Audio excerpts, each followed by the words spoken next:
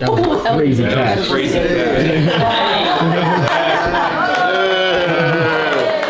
Come on. He saved the whole stream, baby. Thank you so much. That was love. Come on. Come on. That was dope. I got it. It's fine. It's fine. Yeah. Yeah. Do you got it, March? I got it.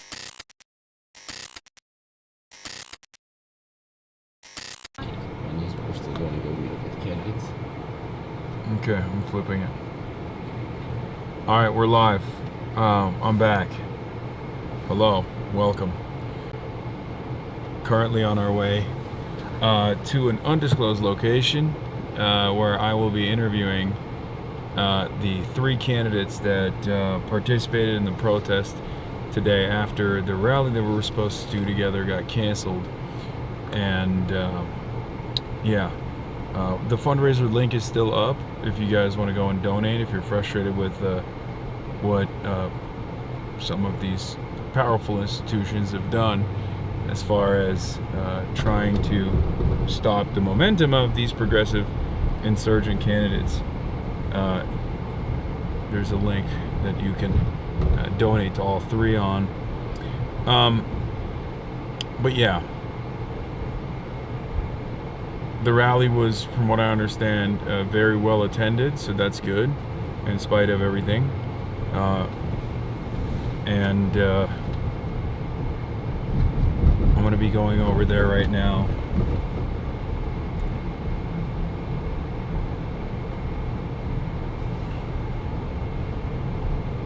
To go link up with them.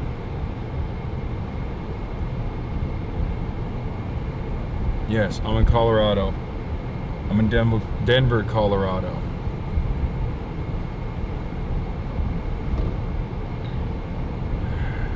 It's very frustrating. There was an article that was written about the rally being canceled.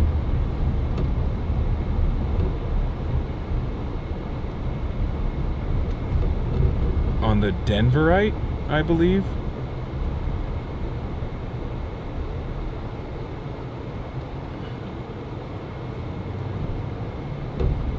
What the fuck are these articles that are showing up when I search my name?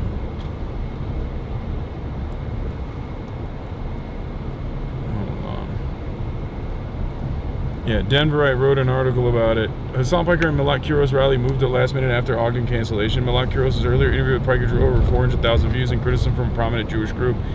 A rally featuring leftist mega streamer Hasan Piker and local congressional candidate Milot Quiros has been moved to the steps of the Colorado State Capitol. Quiros accused the planned venue, the Ogden Theater, of pulling out just before the event was supposed to take place. I mean, it's not even an accusation. That's literally what happened. In an Instagram post, Quiros alleged incumbent Representative Diane DeGette had called up her donor class to silence us, the Ogden, Real Works, and Stanley Marketplace. All 3 of them canceled our contracts at the last minute. So the rally literally changed locations 3 times. I initially thought that the venue changes, I mean, they didn't even communicate any of that to us, but I thought the venue changes happened because of the event, the interest around the event, and it turns out it was because the venues had blacklisted us at the very last second. James Owen, spokesman for the DeGette campaign, denied that the congresswoman had pressured the venues to block Piker and Quiros. Obviously, that claim is ridiculous, he wrote in a text to Denverite. If Milot Quiros wants to campaign with someone who said America deserved 9/11, we'd do nothing to stop her. Representatives for venues did not immediately reply to requests for comment. Quiros challenging DeGette in the Democratic primary on June 30th, so that's coming up soon. Piker said that the U.S. deserved 9/11 during a live stream in 2019, later saying it was inappropriate. He's been accused by anti-Semitism by Jewish organizations, including for his statements this year that he prefers Hamas to Israel because it's the lesser evil. Piker contends that criticizing the Israeli government and its deadly military campaign in Gaza is anti-Zionist but not anti-Semitic. State Senator Julie Gonzalez, an influential local Democrat, has also dropped out of the rally. Gonzalez is challenging U.S. Senator John Hickenlooper in the Democratic primary. She did not detail exactly why she pulled out, but alluded to tensions over Piker's presence. That's not true. She literally did. I did a fundraiser with her, like, last 2 weeks ago. Today I'm deciding to no longer participate in the rally with Hasan Piker. At no fault of the event organizers, multiple venues have canceled at the 11th hour, and I've been told that it was in violation of venue contracts, she wrote on Instagram. Her post continued that instead of holding the billionaires and corporations, but it's like, yeah, Separately, Gonzalez said that she pulled out because she was not confident the event could be managed safely after the change of venue. Yeah, that's a perfectly understandable and reasonable reason to pull out. It's not, there's no, I don't know why they suggested that this was in any way, shape, or form happening because, like, my presence, especially considering that she was at my house 2 weeks ago. I've been an organizer for 20 years and I've pulled together a lot of events on short notice. However, I decided not to participate today because there wasn't enough time to effectively plan to ensure safety of those present. I certainly won't fundraise off such an event, she wrote. I mean, that's not very nice to say I won't fundraise off such an event. Piker has nearly 3 million followers among the streaming platform Twitch. He's caught the attention of Gen Z by streaming for 8 hours almost daily, mostly talking about politics and internet culture. Quiroz, 29, previously joined Piker in a nearly hour-long conversation on stream on May 9th. Part of their conversation was focused on Israel. Both Quiroz and Piker have been outspoken about the U.S.-Israel relationship and Israel's military campaign in Gaza. Following her appearance on the stream, the Jewish Community Relations Council in Colorado wrote an open letter to Quiroz, criticizing her for what it called a lack of nuance. I was struck by how little nuance you brought to the topic of Israel compared to other parts of the interview. Throughout the conversation, you spoke thoughtfully about systems, context, and the dangers of simplistic worldviews, the letter reads. When discussing China, for example, you called for measured diplomacy and did not feel the need to reduce either country of our relationship with it to its serious and ongoing human rights abuses. Yet when the subject turned to Israel, that instinct for complexity disappeared into moral certainty. Yeah, I wonder why. Because China is not doing the level of violence that Israel has committed against the Palestinians and the Lebanese, and it's certainly not doing any violence with our tax dollars, okay? Like, regardless of what you may think China is up to as far as its internal politics, and there's certainly plenty of room for criticism there, it does not meet the same standard of what Israel has done in Gaza, obviously, and it's not doing it with our tax dollars. So, just as a ridiculous comparison. There's no Chinese lobby in the United States of America that gets venues to cancel people's appearances. As a matter of fact, if someone was a deeply and vehemently anti-China personality, those venues would probably be doubly excited to honor any guest that would be outspoken enough and critical enough against China. Okay, we're pulling it. Okay.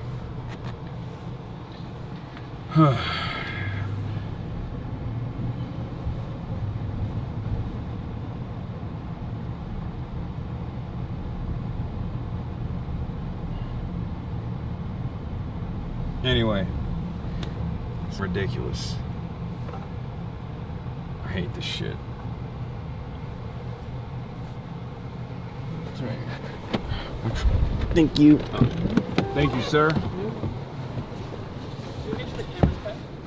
Yeah, well, the mic is still hot, but we're not showing, like, yeah. That's good.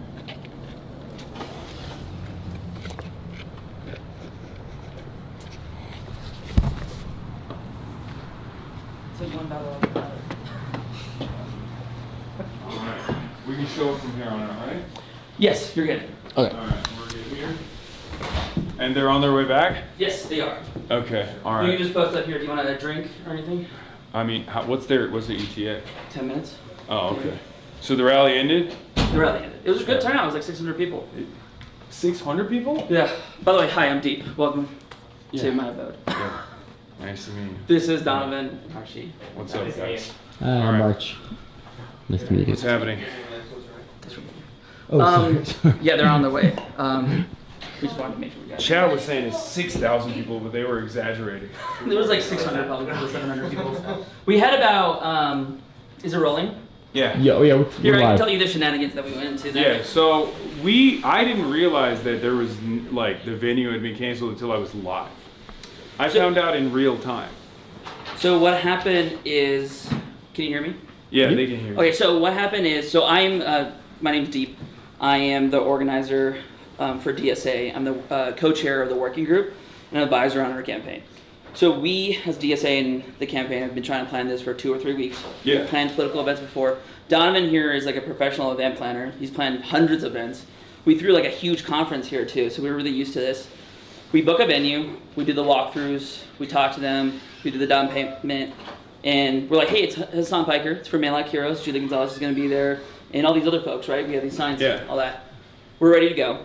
That venue, RealWorks, pulls out, says it's an HVAC issue. And we're like, okay, maybe it's an HVAC issue. We had some suspicions, but he seemed genuine. And After that, we started scrambling. Found another venue, the Ogden Theater. Holds about 1,500 to 1,600 people. Yeah. Would have been a good time. Donovan, can you see what that is? Yeah. Okay, 1,500, 1,600 people. They cancel right after we sign the contract. So again, both venues sign contracts, they cancel on us. So what was their response for it? Their response was actually, they were like, in the email, they're like, hey, we're just getting pushback from the community, we can't do that. But like, there was no pushback. There from the was, community. so the third location is where we got most of the information about what happened. So third location, But like, It's- there wasn't any like public. There wasn't any public pushback. So- So normally, if it's like a Ben Shapiro type or like a Milo Yiannopoulos, like there's like planned protesters, like people will attend like a day of action. There will be a lot of calls, like a lot of rallying calls to create some sort of what's going on to create This is some. Zodiel, by the way. He helped us find a venue too. Uriel Espinosa. Nice to meet you, brother. Nice to meet you. Well, we met at the DNC in the Creators Lounge, but good to see you again. yeah. So there's a lot more like media frenzy around like, oh, we can't have this guy come or something Yep. like that. This seemed very hush hush and behind closed doors, and it was unexpected. So this is what we pieced together, and the third venue is what really happened. So the third venue is at Stanley Market, and there is a venue inside of there. So the Stanley Market is a building that has a lot of like marketplaces inside of it. Uh-huh. There's a huge like hangar spot in there called Local Drive. Yeah. That is owned by two dudes, as far as we know. We told them about the event. We told them it's Hasan Piker, Mela, all that kind of stuff. We book it. We say, hey, are you the owner? He's like, yeah, we're the owner. Got it. And we show up the day of, so today. We go in there, and he looks pretty emotional. And he's like, I've been getting blown up my phone all morning from people who own this place, and the people who own like the lots, the people who own malls around here, like high up in like corporations, saying you can't do this event here. He said people were threatening him with defamation lawsuits.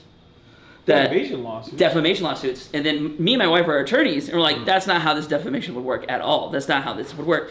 And he was spooked. He's like, people blew up my phone. I've never seen this before. I'm a small business. I can't do this. They're telling me it's a safety risk. And this is the craziest thing, is he's like, you didn't tell me it was a neo-Nazi rally. And I was like, okay, what? And you were there. I was shocked. Yeah, I was shocked when he said that. And I was like, first off, look at the poster. It's like 3 black candidates. Julie Gonzalez was Latino, and then a Turkish Muslim man. What kind of neo-Nazi rally is that? Yeah. So he was shocked, and he's like, I don't really follow politics. I don't know what's going on. I called up another venue. He didn't even know, but like, hey, let me talk to my partner. He's like, I reached out to my partner, some folks in the business community who are available, but I can't go with this. People are telling me not to book your event. Called another venue, same story. So there was something happening with venue owners that they were talking to each other that don't book this event. So it was very last minute. So this morning at 11 a.m., we started scrambling. Ironically, they're engaging in defamation. Holy shit. 100%. The fact that they're doing those type of phone calls and stuff. Dude, oh wait, did we call? I'm gonna mail out? take a second to set up and maybe switch to the lobs. Yep. Okay, fine. Well, I mean, you can still Should keep we talking. tell him to but- come, Deep? Would you like something to drink? No, I'm good, Seltzer, thank you. Diet Coke? I'm good, I'm alright, thank you. I mean, He only drinks Celsius, I think. No, We I have don't. I don't. I just, that was all I had in the room. That is insane. I mean, is there like the level of like political repression that otherwise like what you would assume liberal people are also leaning into at a time when the Trump administration is actively putting people like myself directly in their crosshairs, you know, whether it be the White House lefty lunatics webpage that I'm featured on, or whether it be the fact that they're like trying to launch subpoenas against me. Like the fact that this is happening and liberals, instead of like showing support, Check the curtain, who it is. instead of showing support and like fighting back against this kind of political repression, fighting back against direct violations of the First Amendment, the fact that they're leaning into it when it's their opposition, when it's you know, their left flank is terrifying. I don't understand how they don't see where this is going. No, I mean it's strange. Well, one, it makes us feel that like Mail Out's made such a large movement. that they are terrified of it, of losing power and losing control in that way. The attack ads that you've seen against her, they seem like they're kind of launching into that. So I've never seen anything like this again in like a decade's worth of politics. Yeah, and our opposition is like nominal towards their worldview. Like we have the same. At the end of the day, we have the same enemies. If their enemies are also fascism in this country, then we have the same exact enemies, and they're spending more time. Let me introduce you to Anna Mitchell. By the way, she's one of the creators that we have here. Hi.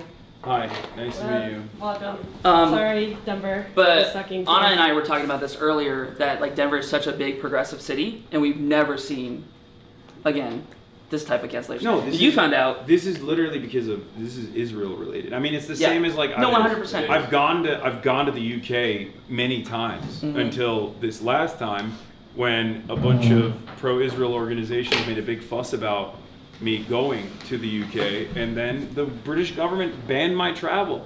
It's so ridiculous. It's the people who own these venues who canceled. It's very much what you said, Israel related. Well, it's the Colorado oligarch, stepping in. But this is the thing, is like people think, Colorado and Denver is very blue, but we're seeing what kind of blue it is. It's corporate, established Democrats. Yeah, totally. But I do think I think you're right. The number one thing that they were reacting to was that you are proudly vocal about Free Palestine. Absolutely. Right, that was the thing. Dude, do you want to add what you know, or you want to keep that? So I mean, I know the venue owners. I know who they are, and I'm not going to say any names, but I just know that was a big reason why we saw the cancellations, is because of the Palestine.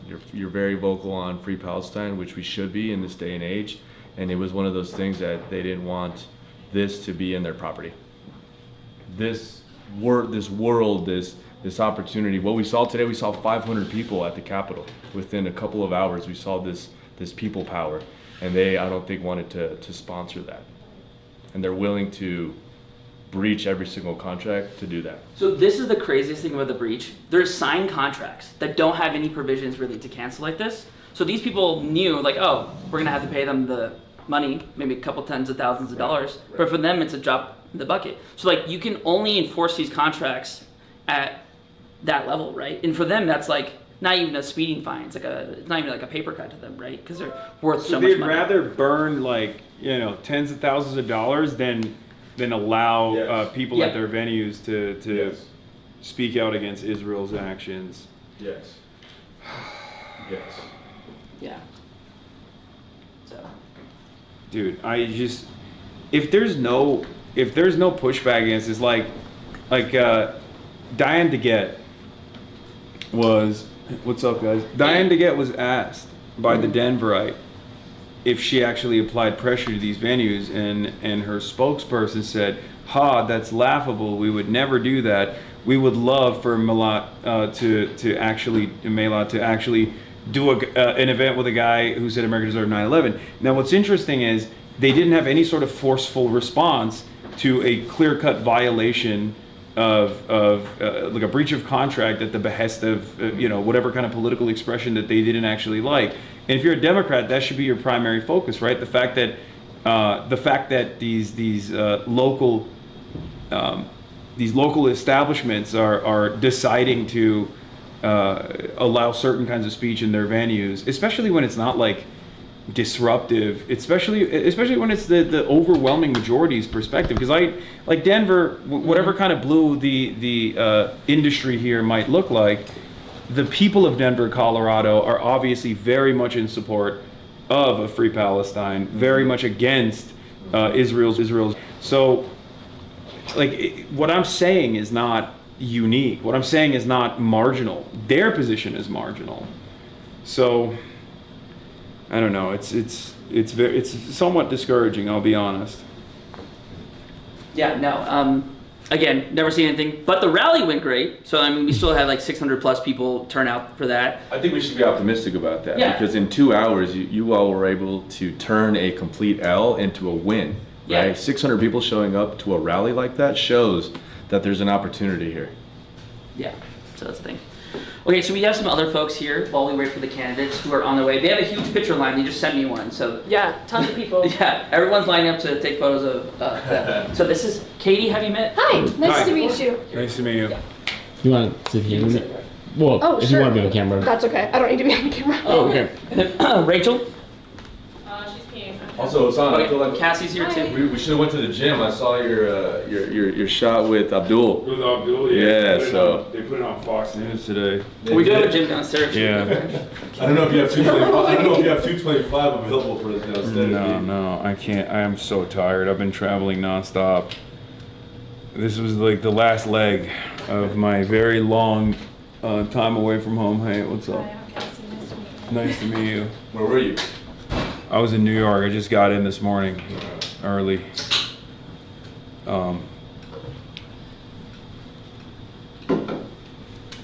Are people coming here? Yeah, the candidates are on their way. On their way, dude. We had just wrapped up the rally, and as we wrapped up the rally, that's what we I'm not heard. gonna use this. We got the news that well, at first we actually thought you were coming to the rally.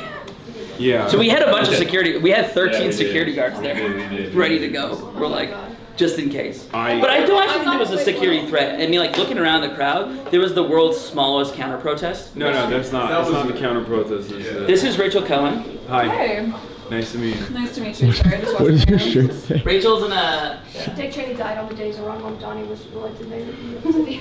Rachel is an attorney who was fired. No, I Oh, quit. you weren't. You quit. I quit. A large law Preemptive. firm. I'll let you tell the story. Yeah, you tell the story. Oh yeah, no. I was working at a large corporate law firm when the Trump administration started like executive orders against large corporate law firms. So I did some organizing and then ended up like preemptively resigning when it was clear they weren't gonna do anything about that. So, and now electoral stuff, some tax resistance stuff, some anti-ICE stuff. Dick And- Cheney, what does your shirt say? Dick Cheney died on the day that Zoran Mamdani Have was you not elected seen this? mayor of New York City. You're November so 4th. online. I've never seen that shirt, but I know Dick Cheney died the day that Zoran Mamdani was elected mayor. Which was November- famously. Yeah, it was a great day. Here, pop this on. And it's only gotten better since then. I mean, things have Candidates been. are, they just got in the car from the Capitol, so 5 minutes away. Okay, cool. Fabulous. Cool. You guys want to do the meantime for Scrabble or what? Probably. Want to do that? We actually had more banners up. We took Rachel to the. Did you quit? Oh yeah, no, I preemptively resigned. Yeah, I was a Doge Alright, CDC chat. I'm scientist, so setting up the camera. Oh, you got It's gonna be Doge? shaky. I got Doged. Damn. Can I sit on the couch? This was presumptuous. No, we can sit on the couch until Alright. they come in. People either like leaving their job, like so many people who have left their job or lost their job. Yeah. Yeah. I gotta be honest, when people like try to cancel you, I really thought they were doing a bit for a long time. I was No. like, they can't be for real about Did it this. start with the Cuba stuff? No, I know that It's was been the impetus. Look, I have a lot of like neo-Nazi shithead haters from my many decades of combating far-right radicalization on the internet, and some of them are a lot more sophisticated than they let on, where they'll present themselves as like liberals if the opportunity sees fit. They're very good at like masking what their actual political perspectives are. Sometimes you'll hear from them being like, oh, he's actually really, or he's transphobic. Like they'll launch whatever kind of attack they can to try to get larger advocacy groups on board. It usually doesn't work, but post October 7, 2023, everything changed because there's only one group that actually has institutional motion, has institutional significance, that will also behave in the same way that like neo-Nazi shitheads do, as far as like Gamergate style mass harassment campaigns, brigading and the like, and that is the pro-Israel lobby. Yeah. The ADL, Canary Mission, all these different organizations, some of which are directly funded by the Israeli government, by the way, or get their notes from the Israeli government. They behave in the exact identical manner to the way that like Gamergate neo-Nazis do. And there was this weird unholy allegiance between these otherwise very anti-Semitic people. Tucker Carlson, you don't think Yeah. he's changed? No, I mean, but this is not even Tucker Carlson. I think Tucker Carlson would, even if it's symbolic, probably come to my defense at this point. But what I'm talking about is like Nick Fuentes. There's a bunch of these like edgy shitheads on the internet that very aggressively went to like congresspersons, like Richie Torres wrote this whole thing about like trying to get me deplatformed the congressional letterhead. Oh, yeah, It was all like the Israel stuff greatly escalated the attacks. And up until then, it was just a bunch of like random. Yeah. Did you I guess I just did feel you like see it's any? like it has accelerated since the Cuba stuff. Like Yes. it seems like it has become. Yes. There's been a more mainstreaming of it. Since Yes, then.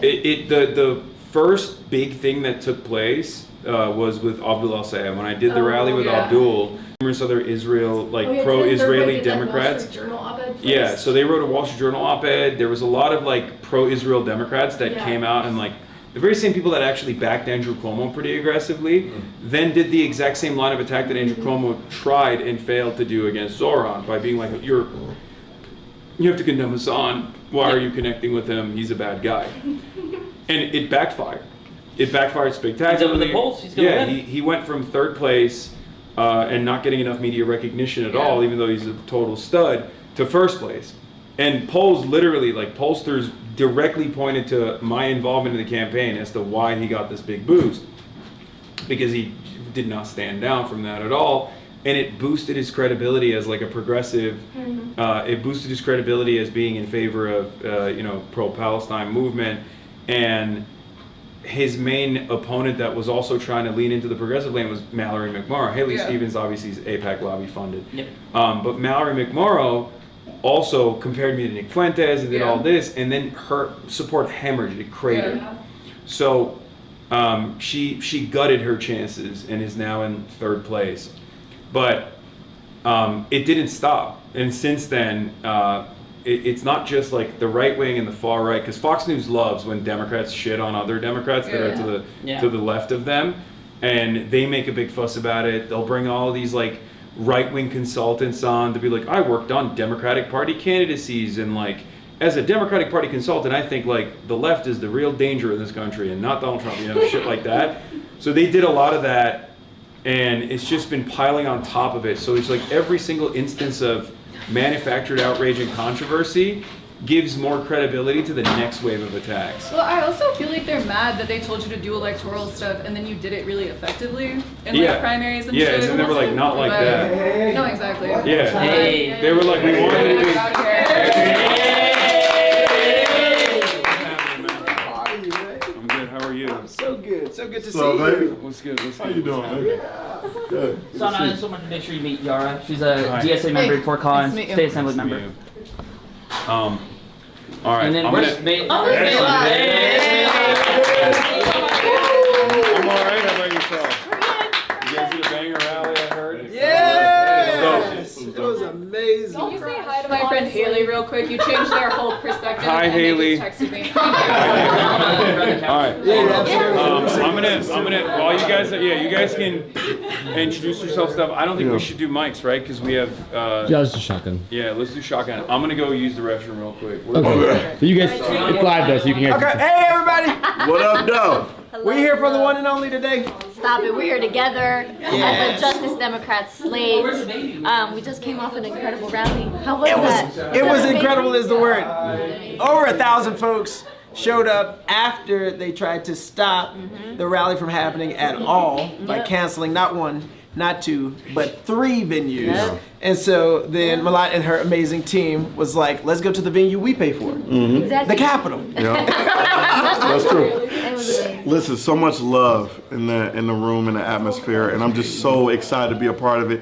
Remember, June 30th, we got to get Malat across the finish line. Yes. And then Justin in August, man. We got to get him. Myself in August, too. August Yes. 4th, Justin J. Pearson and Donovan McKinney. the one and only. Milat Kiros. Yes.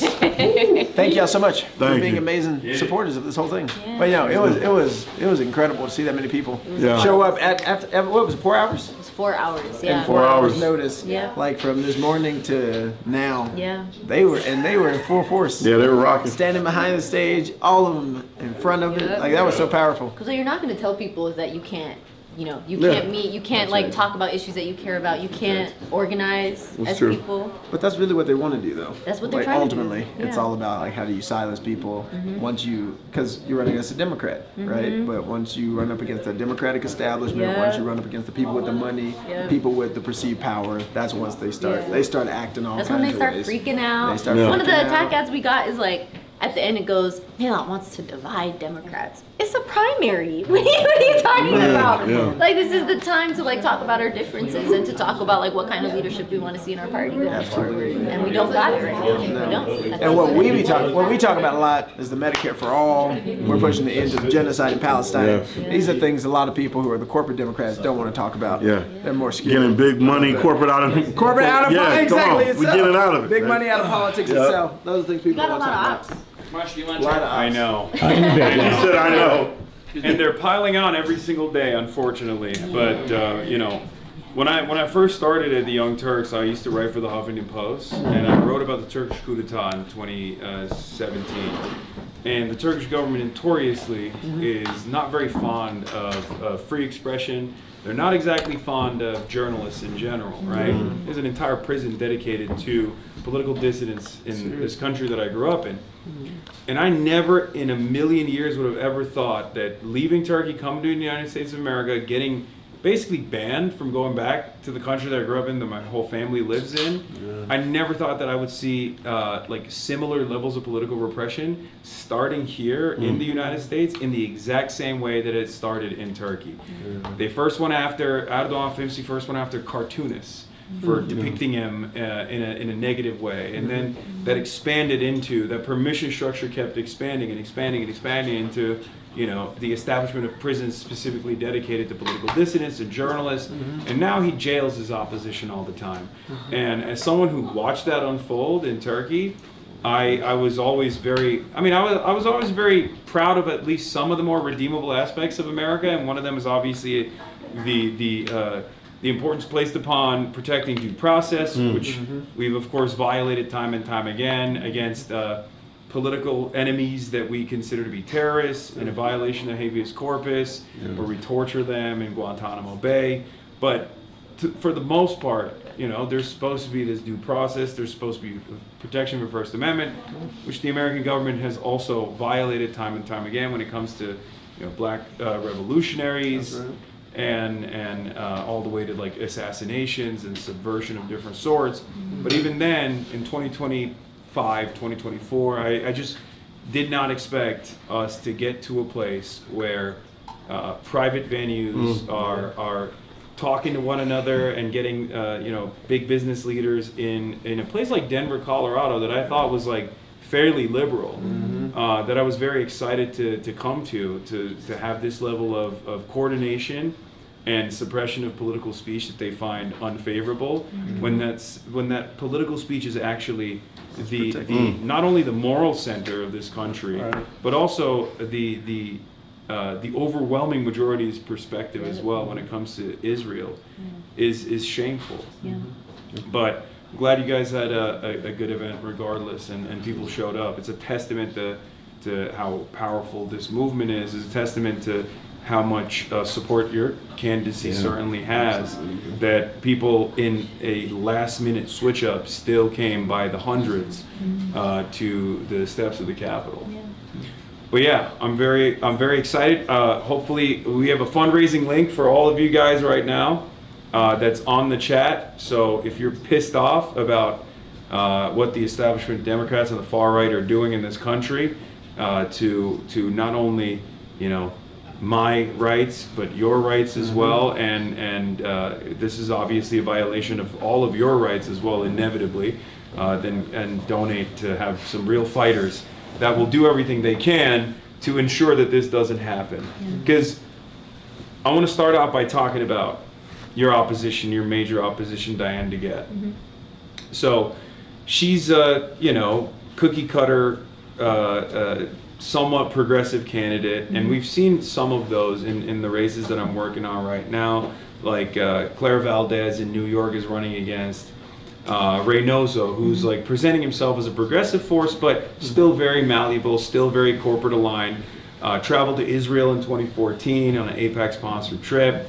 And when they when push comes to shove, when they have a left flank opposition, there's one of two options. They either try to present themselves a lot more radical than they actually are, and you can look at their track record and realize that that's not the case, or they start hitting you from the right, and they get like weirdly xenophobic at times, or they'll lean into certain things like with Abdul, there's a lot of Islamophobia that he's experiencing.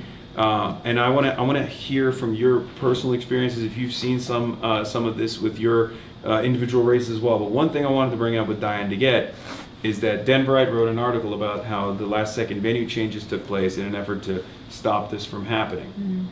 And her team was reached out to by Denverite, and they responded with, we would never actually apply pressure to businesses. We would love for Maylot to rally alongside someone who said America deserved 9/11. And what I found very interesting about that statement was, sure, they said no, they had no hand in this, but they didn't disavow the decision of these businesses in Denver, Colorado from stopping a lifelong Democratic Party voter who was working with a lot of Democrats, including some very popular Democrats that have been in office for, quite a while at this point, almost a decade, and they felt no connection or no solidarity. That nominal difference in your worldview versus Diane's was enough for them to lean into these Trumpian, MAGA-style forces of suppression. I don't think that's pragmatic at all. I think that's not only naive, but it's also very dangerous. So what do you guys think about that? Have you had similar experiences as far as like the attack ads that you're receiving? So we'll start out with you, Maylot. Yeah, the attack ads only started, like a week ago. Up until then, she was trying to show that she was the progressive person and trying to show her progressive track record. And something flipped. I don't know what flipped. I don't know what she saw. I don't know what her team heard and learned. But internal numbers? Potentially. But somehow they realized that our movement and the campaign that we're trying to build actually has a real chance of winning this.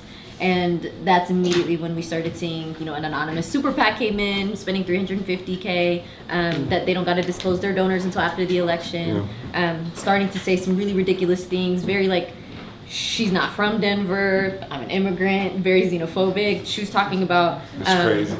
Talking about the DSA platform of like abolishing the Senate, defunding the police, all these things, which like I've never personally said, but attributing it to me.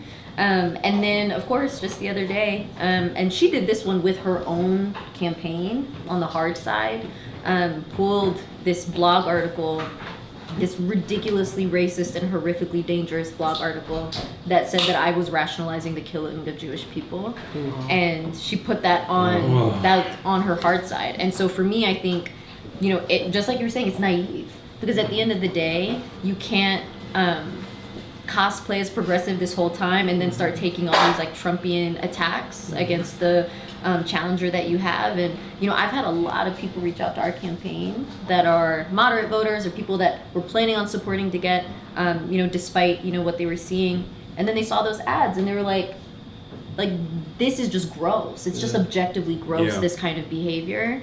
And so then for her to also, I didn't see this article that you were talking about, for her to just not even acknowledge the fact that this was like an actual act of suppression, an act of, trying to silence the people, especially on an issue that the vast majority of, 80% of Democratic voters want to end aid to Israel. Yeah, no, it's 90-10.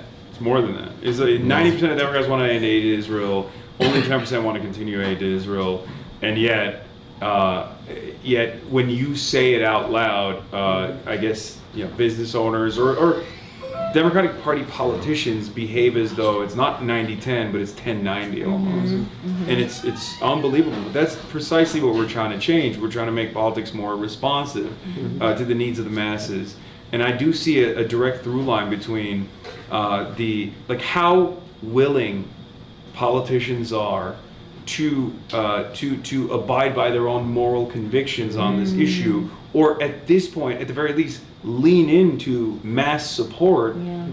If they are not going to do that for this issue that's 90-10, then that means they're never going to stand by your side if you have a problem with an AI data center popping up in your neighborhood, if you're going to have a problem with inflation not being addressed and making ends meet, if you're going to have issues with that, they're not going to side with you. They're going to side with the corporations. So, you know, it's very disappointing, but I guess the silver lining there is, it is a testament to your success. So what about you guys? Yeah. So, you know, our race changed drastically after they redistricted racially. Yeah. And the racism in the South is everybody's problem, and it's something we've been talking about. Everybody has to pay attention at all the times that we're seeing democracy being thwarted and people's voices being silenced. In our country, but this is particularly acutely happening in the South. Now we've got 15 counties that we represent, and I've been to all 15 counties, met people in them, and actually similar issues across them. People don't have enough money to make it. When I was in Bolivar, the firefighters are working 2 and 3 jobs just to survive. And Republicans are in control of the White House, the Senate, the U.S. House, and the state of Tennessee, they have a trifecta. And so people are starting to figure out, well, we got to stop fighting each other and start looking up. Because the people who have been maintaining this system are the only ones who've been benefiting from it. You mentioned data centers. Our community's been fighting Elon Musk, who's now a trillionaire, right, in his data center in Memphis and Shelby County. And it was Democrats who were supporting him. Right? Our Democratic mayor was the talking point, or was the press person, in essence, for this data center. And so it's really important that we actually have principled politicians. And I tell folks, it's not about purity politics. We just want people with principles. Stand up for something. Right? Believe in it and actually follow through.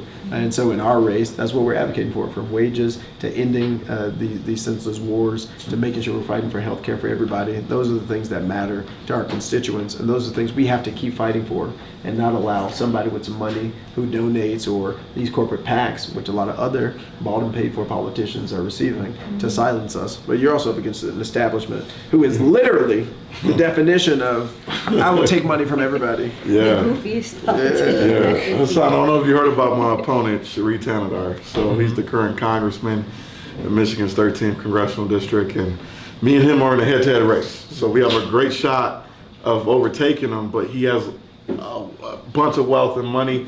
He made his money in pharmaceuticals, killing dogs and animals. He's known for killing beagles and leaving them out to die. Yeah, man, he's one. We call him Michigan's Elon Musk because he's just like that bad. But we're running on the grassroots campaign and platform, and not taking any corporate PAC money. We raised over $1 million by the grace of God. Over, I think, 40,000 individual contributions on ActBlue alone. $19 is the average donation. However, we're going against a guy that has access to millions. He's a self-funder. He can put up $20-30 million. We've talked about it. He's like, I'm going to spend that much against you. And then he's an APAC guy. He's the first congressional member in the history of Congress to invest campaign money into crypto. Jesus. Yeah.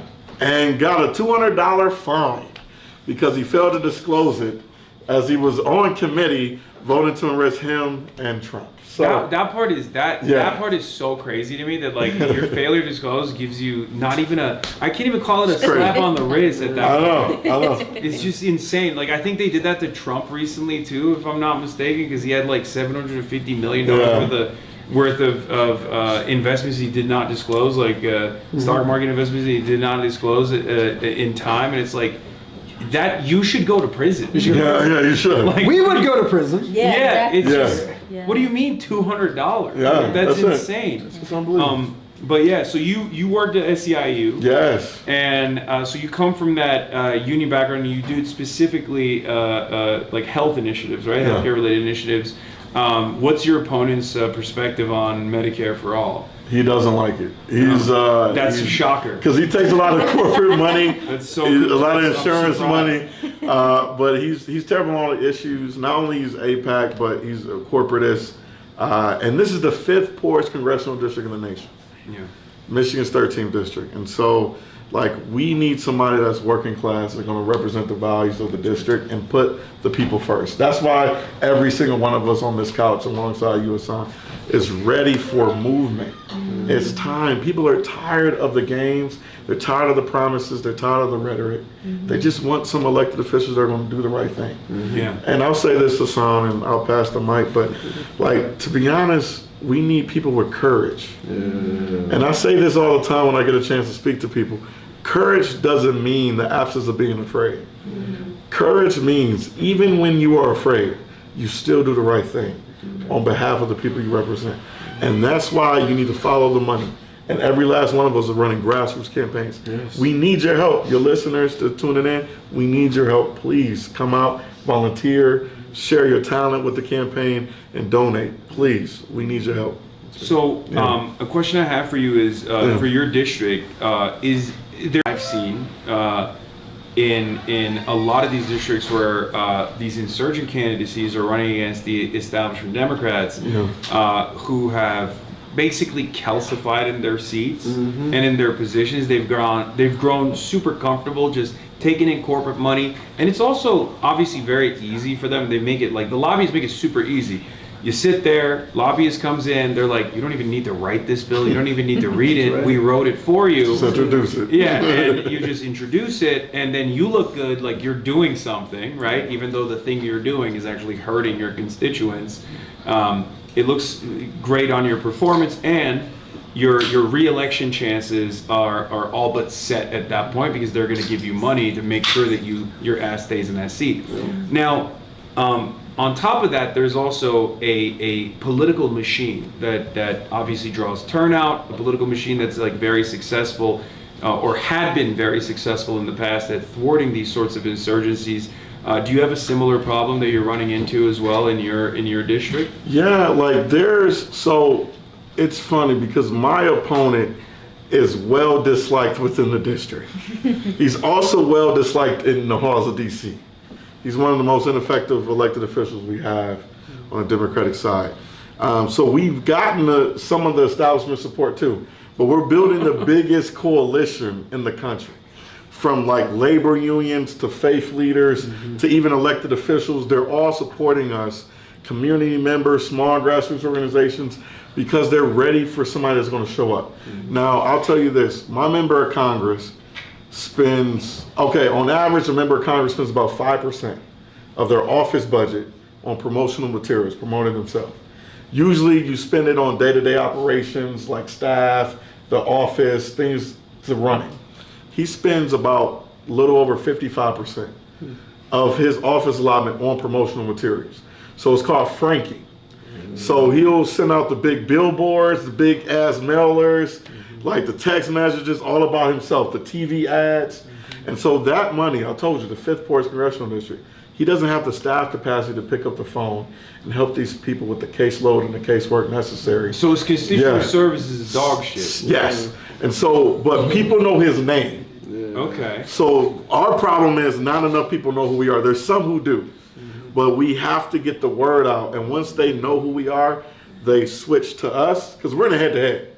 This is probably the easiest pickup seat we can get in the country. When's your race? So the absentee ballots drop June 25th. The actual election is August 4th. It's the same ticket as Abdul, right? Yeah. Yeah, me and Abdul in the same. Okay. Yeah. Well, if I might go back to Michigan for that. So Please. We'll see if I can do something with you as well. That'll be huge, man. Yeah, for sure.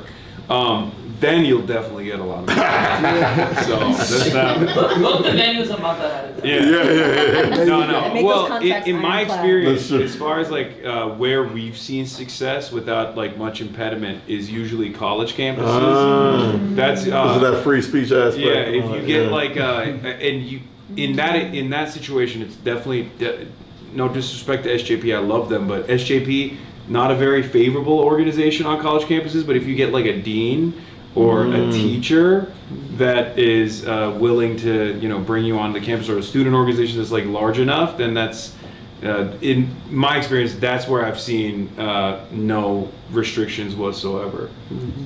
I did Stanford with SJP, and Stanford literally did the exact same thing that the Denver businesses did to me, where we had sold out 1,500 person venue literally in like 3 minutes. Wow. And then Stanford, like 3 days before I was supposed to travel, canceled that venue and then put us in a much smaller one because I think they just didn't want me to come. They didn't really give an explanation. They didn't give an explanation. It was They really just, shady. like, Yeah. And it was crazy. They just did that. But it was because and they had also raised the prices as well for SJP, which is unfortunate. Anyway, today the commencement speech took place in Stanford. There was a people's commencement speech that SJP put together with Mahmoud Khalil, and the actual commencement speech. So many students walked out on. I think it was the Google CEO that was delivering the keynote address, and students just straight up walked out of it. So good for them. On the front. Yeah, good for them. Yeah, 100%. All right, but let's get back to your state. Yeah. Because oh my God. Yeah, I know. I mean, The neo-Confederacy is rising. What can I say? I mean, you've been on the front lines of the maximum amount of political repression. Do you feel like there is sufficient coverage over the fact that black political participation is directly erased in this state, and I don't know if it's outrage fatigue. I don't know if it's because there's so many different crises taking place all around the country at once that people are just not aware of what to focus on, or I don't know if it's specifically because it's seen as a black political expression and being erased that it's not getting sufficient coverage. But I do feel like Tennessee has been left behind in many respects. Now, of course, Tennessee broadly has been left behind because Republicans have been controlling it, and therefore they've just sold everything to corporate interests. That's right. But I do feel what do you think is the way to fight back against this? How do we get this issue back in the forefront of political conversations? Is there any way to salvage it? Because I do feel like whatever this insurgent movement looks like, I think obviously black voter participation directly goes to the heart of it, and there's never been a successful civil struggle in this country without the involvement of black voters. Absolutely. I mean, what has happened, I think, nationally and broadly is black folks have been taken for granted. And in the Democratic establishment, that happens every 4 years. You get reminded that, oh wait, you matter, right? Based on whoever wants to be president of the United States or not, they come and talk to black folks. And that type of treatment is a part of what has led to a decline, a decrease, and a lack of investment in infrastructure over the years. Right? The last time, when I got expelled a few years ago for standing up against gun violence, was one of the first times in decades that Democrats were even getting attention in Tennessee in mass. What is happening now? But I fear it's sort of been like this flash in the pan, right? Because we have June 17th, 18th, and 19th, where Georgia is looking to take away not only black congressional representation, but all of the state house and state senate seats that are in majority black districts as well. Right? We are living in a moment where it is very likely going to be the most significant black political deprivation as it relates to positions of power since the late 1800s. That's the last time something like this happened. And folks not paying attention or allowing media just to move on from it is really letting 56% of black people live in the South. It's letting a base of the Democratic Party, but also the descendants of the folks who helped build this country into what it is, right? Pretending as if that voice does not matter. And what I think our campaign has really focused on is one, telling the truth about how we got here, and it's racist redistricting, right? It's not just mid-decade. Mid-decade was Texas, California responding. This is a direct response to what happened in Louisiana v. Calais. White folks in positions of power saying, oh, that means we get to be racist and say that it's political. Yeah. Right? And now we're saying in our campaign, look, if you care about the South, if you care about stopping racist redistricting, if you care about responding and fighting back, we got a campaign that you can plug into. And we have been fortunate that we were in Pulaski County, Giles County, where Pulaski, Tennessee is, which is where the Ku Klux Klan was founded. Right? It is not a whole lot of black folk there. And it has obviously a history that's really challenging. We thought we were going to have about 12 people attending this meeting. 150 showed up. Mass majority of them white people who are just like, no, I see what is happening. I see what is wrong. And so this moment is actually an opportunity for us to reclaim the idea or the vision that we have for this country, which is that a multiracial, multipluralistic democracy is our only way forward. But if we don't invest, if we don't get volunteers after we win this campaign, if we don't get resources and financial investments against millionaires, because the guy I'm ultimately going to be running against, God willing, we win the primary, he gave himself $1 million the first day of the campaign. Right? That's what we're up against. Yeah. His house is actually built in the exact same make of the Mississippi governor's house. He built that in East Tennessee. It's a $10 million house. It's the Mississippi governor's mansion. He replicated the Mississippi governor's mansion in Tennessee. $10 million in Tennessee is like, that's like Jeff Bezos' mansion. Exactly. That's crazy. Like that's what he's going for, right? And so we're not, covertly against anything. Like this is overt racism, right? This is overt patriarchy. This is overt sexism, homophobia, xenophobia. Like these things are out there. So we got to name it, and then we also have to build power against it. And that's what ultimately is how we win. It is building a movement against it. So what are, with the redistricting initiatives, like what are the demographics looking like now? So for District 9, 32% Black African American, 43% people of color totally in our district. Honestly, the reason we believe that this is still winnable for us because we crushed the numbers on it. If it was a district where President Obama ran, he would have won by 13 points. The last time we had investments of a Democratic candidate, he only lost by 1,000 votes. And so we know if we get the necessary investments, and what we do that they never do is knock doors. So we're like in rural Tennessee, knocking thousands of doors with groups like Common Power. Like we are going and showing up, and people are like, no one's come here in the 40 years I've lived here. And it's like, and we've got a good message for you, right? We're gonna do something about housing, we're gonna do something about healthcare, we're gonna do something about wages and Social Security, and that's resonating with folks. So you need door knockers. Yep. And you need fundraising. Do you feel like, well, you're in a different situation because both of you guys are in blue districts, whereas yours is now redistricted and it's no longer a blue district.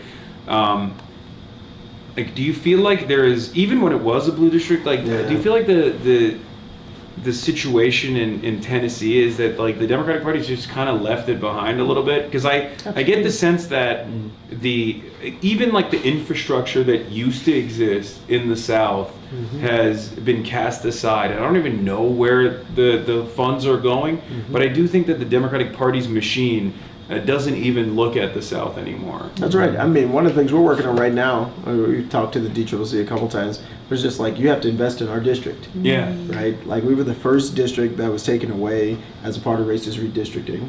Memphis, which is an extraordinarily important civil rights place, including the place where Dr. King was assassinated. It's just like this investment, it is both very practical, it is political, but it's also a moral obligation that we have to show that this matters. Simultaneous to that, though, over the last decades, we've seen the South being invested less and less in. And the Democratic Party says, here are our 7 states. And if you're not one of these, we're just going to pray that you all turn out well.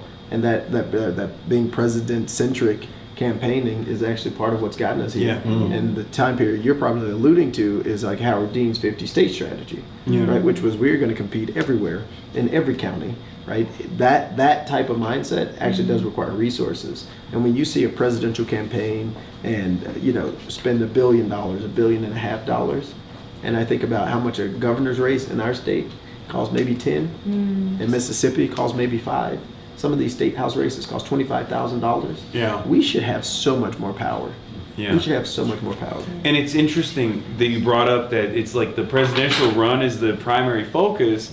And I feel like that is literally the reason why the number of swing states or the number of like solidly red states have increased. That's right. And that is because a lot of the Democratic Party's infrastructure is always fighting from a place of weakness, where they take this defensive posture, and the more they try to harden their positions in areas where they know they're strong, and the more they give up on the funding vehicles for areas where they feel like there's no chance of winning, when there certainly is, the more they expand the map in favor of the Republicans. That's right. Georgia, right? People all love the Georgia miracle, what Stacey Abrams is organizing for about 10 years. It isn't that it's going to be immediate, but the reality is there's no way you ever again can win back the House, win the Senate, without having votes in the South. Like it's an it's a mathematical impossibility. Well, I mean, that's what it was designed for. Initially, Like, that's literally why they, That's literally why the Electoral College is set up the way it Yeah. is. It's the way proportional representation has been set up the way it is. And it's just so this idea that, well, if we just go work harder in the states that are purple or things like that, things are going to get better. And it's like, but you leave the heartland out, right? You leave the South out. It is a strategy designed to fail. And we saw we didn't win a single one of those states, right, in the presidential race. Like, we have to have a real strategy that includes working class people, that prioritizes the issues of everyday people, and not, similarly for us, right, not the billionaire class, not the corporate class, and not the consulting class, who have no idea what it's like to be worried about the price of eggs or the price of bread. Right? Like, you got to get some regular working class folks who are in positions of power. yeah, except the regular working class folks in positions of power with a political perspective, they're not going to be as open-minded to corporate sponsorships and just like protecting their comfortable sinecures. They're going to want to actually do things, and that's at odds with the way that this entire system is structured. Melat, so you're in one of the bluer districts in the country. There's a lot of young people here as well. Many of them turned out today. And the question that I have for you is, as far as the candidacies of these remarkably different districts, do you feel like there's still a similarity in the issues that you're advancing and the issues that you're bringing salience to and what you're fighting for? Whether it be advocating for free Palestine, whether it be advocating for Medicare for all, it almost feels like the working class's struggles are identical no matter where they live. Right? Yeah. Because there is this notion within the Democratic Party that we can't go super far to the left and be open-minded to the real needs of working class folks in blue districts, because then in purple districts or in red districts, people are going to see people like yourself and go, you're a radical. Do you agree with that? Well, you know, it's funny because obviously the district I'm running in is the bluest one, but Colorado, I think a lot of people consider it to be like a purple state generally. Yeah. And, it's funny though, because when we talk about that, we don't really talk about the fact that Bernie Sanders won the state twice. Yeah. Right? Like, Hillary did not win this state, Biden did not win this state. This was a state run by a democratic socialist that was talking about economic populism. And when we're talking Oklahoma about as well, just for the record. Yeah. Oklahoma also went to Bernie. And that's why it was so important for this rally to also include Justin and Donovan too, because the things that we're talking about stretch across every corner of this country. Like Medicare for all, something like 67% of Americans support. Universal child care, 72% of Americans support. Like, these are issues that are directly affecting working people across the entire country. And for us to try and make these like a Democrat issue or a blue issue or a progressive issue, it's like, no, this is a working class issue. And making sure that we are bringing people into understanding that the only way that this changes is if we get involved ourselves. You know, like, we always say we can't ask for permission, we can't wait our turn. Power is not given, it's taken. And so to make sure that the way that we're talking about these issues are not under this umbrella of just being a Democrat or a progressive issue, like, these are issues that matter to the people, regardless of where you live, regardless of what you're doing for a job, regardless of what party you belong to. And it's funny, one of the first things that I did when we started this race was I actually went on to one of the most conservative talk show radio shows in this state, and we couldn't agree on much at all, but we could at least agree that no matter what kind of debate we would have in that moment on that episode, wouldn't matter, because we weren't actually the people at the seat of the table. We weren't the ones that actually had the power to make that decision. And we could at least agree that we had to address the corruption problem, we had to address the money in politics problem, so that we could actually get back to a democracy where we are having that debate, where we are engaging and trying to figure out how do we get to these solutions. Because whether, like, at the end of the day, everybody agrees, right? Unless you're just truly a not good person, but like, everybody agrees healthcare should be affordable, housing should be affordable, your job should be able to give you your basic dignities if you're working hard enough. We might disagree on how to get that done, but the actual vehicles that we need to do it are the things that I think we could coalesce a lot of working class people around, and we just have to make sure that we're not letting this be under the bubble of it just being a blue issue too. Yeah, that's good. So we were talking briefly about your attack as they've started talking about your background and how it's you're not a true Coloradan, I guess, or you're not, Denverite. or Denverite, or an American, which is insane for a progressive candidate, supposedly progressive candidate, to hate you on. What are some of the other ones though? Like, what's the worst one that you've received so far, and how do you respond to it? Yeah. Was it the you are in favor of Jewish people getting killed, that slanderous piece? Yeah. You know, it's crazy. We were in a forum the day that blog dropped. And I said it on stage. I was like, this is one of the hardest days I've had in the campaign. This blog just dropped saying that I rationalized the killing of Jewish people because on our episode, actually, we talked about, what was happening in Palestine, and I talked about the cycle of violence, and, because I was explaining that cycle, and because we were talking about the context in which it happens, violence does not happen in a vacuum, the words were twisted and into this idea of me rationalizing the killing of Jewish people, and I literally said, what I'd say was the hardest day of the campaign. I could not believe that kind of slander was being used, and it was also obviously very racist and just baseless and really gross and horrific. And she was literally sitting right next to me when I said this. And I remember she whipped around too. If you go to the live stream, you could see it when she looks at me when I say it, I think she thought I was trying to suggest that she was the one who got that article written or something. I was like, no, I'm just like, this is a really awful article to see. And then to see her put her name behind it, literally saying, you got to look at this article. You have to look at this headline. And disqualifying. Melot Kuros rationalizes killing Jews. Oh my God. That's insane. It's insane. It's objectively At least you were insane. serving in it, though. That's good. I love when they do that to me. They'll be like, Free Press will post a sexy photo of me wearing a keffiyeh, and they'll be like, this handsome face of terror apology. I'm like, damn. I want to get that pin. Shit looks good. This is totally ridiculous, and this is the type of article that's gonna get 8 clicks if Diana is not, putting a sponsored, paid for by Diana to get ad spend behind it.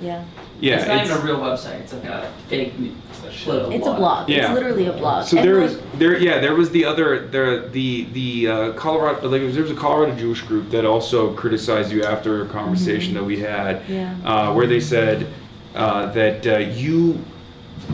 your conversation and the way that you talked about the humanity of Palestinians was actually very unnuanced, and I wanted to see if you wanted to address that at all, because I obviously personally don't think so, but why do you think they were saying that, and what is your response to that? Yeah, I mean, it was really tough because I really appreciated the opportunity to sit down with Brandon and have that conversation, because I really think that the only way that we are going to be able to, because at the end of the day, our government is single-handedly responsible for what's happening in Palestine, the taxpayer dollars that we are sending over there. We have to organize in some way to put an end to that violence, and I really think that we have to make this a fight where we all can come together and say we have to put an end to violence. And so I wanted to have that conversation, but I disagreed with the characterization of it. I think it's so dangerous for us to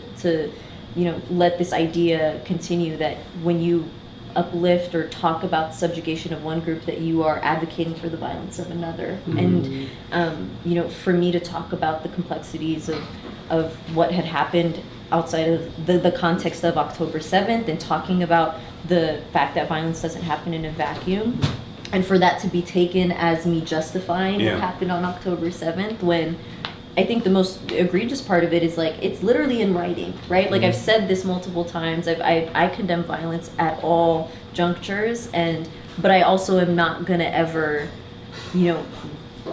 I think it's my responsibility to understand it, to understand why violence happens in the first place. Yeah, and that's the only way to solve it. Exactly, that's the only. And if that's the goal, right? If the goal is to solve it, then we have to understand the context in which it happens. Can I also say, and sorry, I'm just gonna jump back in really quickly.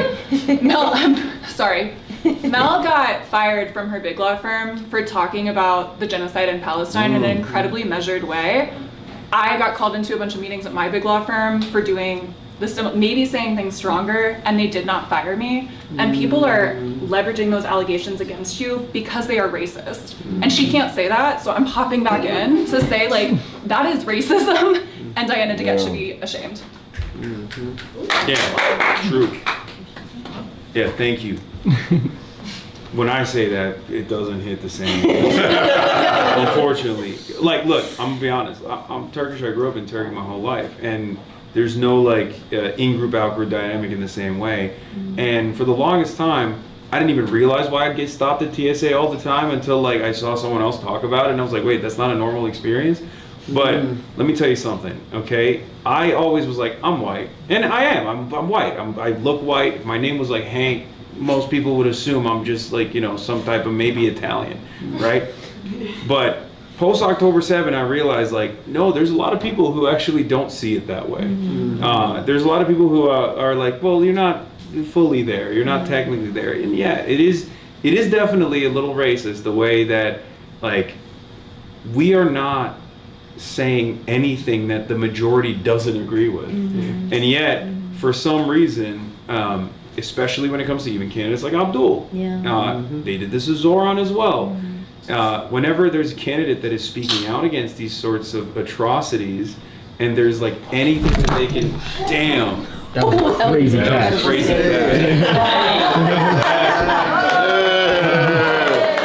Come on. You saved the whole stream, baby. Thank you so much. Come on. That was dope. I got it.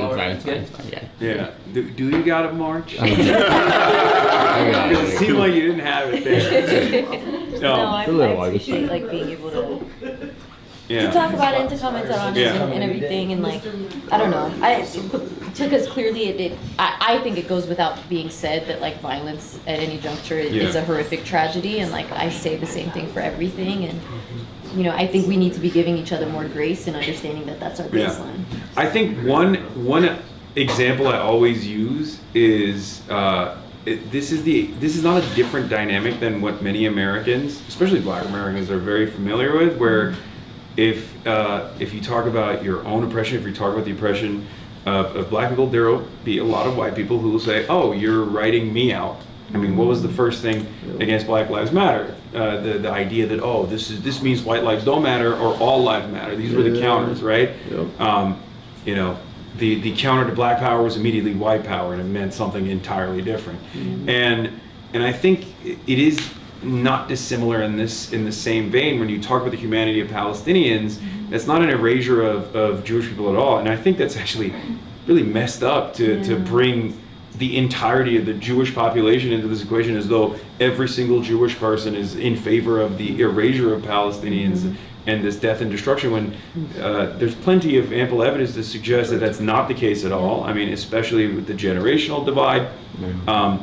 And I do think that it's classic reactionary politics, and I don't think a lot of people see it in the same way, where they think, oh wait, like this is a minority group that's making this claim, so that there's probably a little bit more credence to it. And I don't see it as anything but someone saying that the miscegenation laws are an erasure of white identity. It's like, I don't care about your perspective at that point. You've decided to present yourself as being in opposition to other people receiving civil liberties or other people's humanity being recognized, and that's not my kind of politics at all. I wanted to ask both of you guys as well. In your districts, do you feel like there is also an appetite for pro-Palestinian politics? And what I mean by that is, like, I talk about this issue. A lot of people say this is very important to me, and it is for obvious moral reasons, but I think it's a very good litmus test, because I think it's a very good representation of like where you stand. Like, do you stand with the people, or do you stand with a foreign lobby, right? And I was wondering if your districts have a similar appetite for this kind of politics as well, or if they don't think about it at all. Yeah, like we were just talking about this on the ride, I think, to the Capitol for the rally, and in my district, like they're struggling so bad they can't even think about what's happening across the world. Yeah. So like when you put it in layman's terms, it's a messaging problem. That's what we have, especially on the Democratic side, progressive side. Like we have to get to the crux in the heart of the issue, which is people are struggling. They can't make ends meet. Yeah. They're working class. They don't realize like why they have to work all these hours and still can't even scrape by. They're spending all their wills and they can't even spend time with their family. Don't even have really, they don't have any benefits or even a retirement to look forward to. Yeah. That's what most people want. And so when it comes to like world issues, you gotta break it down to them and say, hey, this is about human life. And when you break it down to them like that, a lot of them will be saying, you know what, that's fucked up. It's fucked up that we're sending billions of dollars. That's what I was going to say. Exactly what they said. Billions of dollars, literally overseas, when we got so many people struggling here, can't afford healthcare. Yeah. I got seniors on fixed income. I talk about it all the time. They call me constantly because since Trump got in there, their food assistance has been cut from the federal government by less than $50 a month. Then, if you're on fixed income, they're worried about not only trying to pay bills, but their medication, or paying rent so they won't get kicked out of their homes, or they're trying to figure out how to pay for groceries. And then their energy is skyrocketing, gas prices are skyrocketing under this man. So like in reality, it's all interconnected, but it's the messaging. We got a message about it and saying, hey, the human life over here, the peril that's happening and the plight that's happening in Gaza is literally the same thing that's going on here. Like it's not apples and oranges. There's also a connective tissue between like where the funds are going. That's true. And I think that's like that in my experience, like obviously for a lot of young voters, for a lot of young people in general, they were very activated by the inhumanity. But I think the reason for why the broader electorate and like older demographics, especially in the Democratic Party's base of support, finally arrived at this conclusion that this was ridiculous because they're like, okay, I'm seeing all this death and destruction and I don't like it. But then also I'm hearing that we've given this country $300 billion in the last 80 years, and we're thinking about signing off on like, additional billions of dollars. Like fix the fucking potholes first. Like, what do you mean? This makes no sense. And I think that is a perfect example because it is true that our spending priorities are completely out of whack. Like it goes to the military-industrial complex, it goes to machines of death and destruction, and there is tremendous defense bloat. And because all of our spending priorities go there to create bombs and machines of destruction that go and blow up schools overseas, we have no money to build schools in our neighborhoods. And I think that is a perfect way to broach the subject with a lot of people, and it helps them identify the real issue.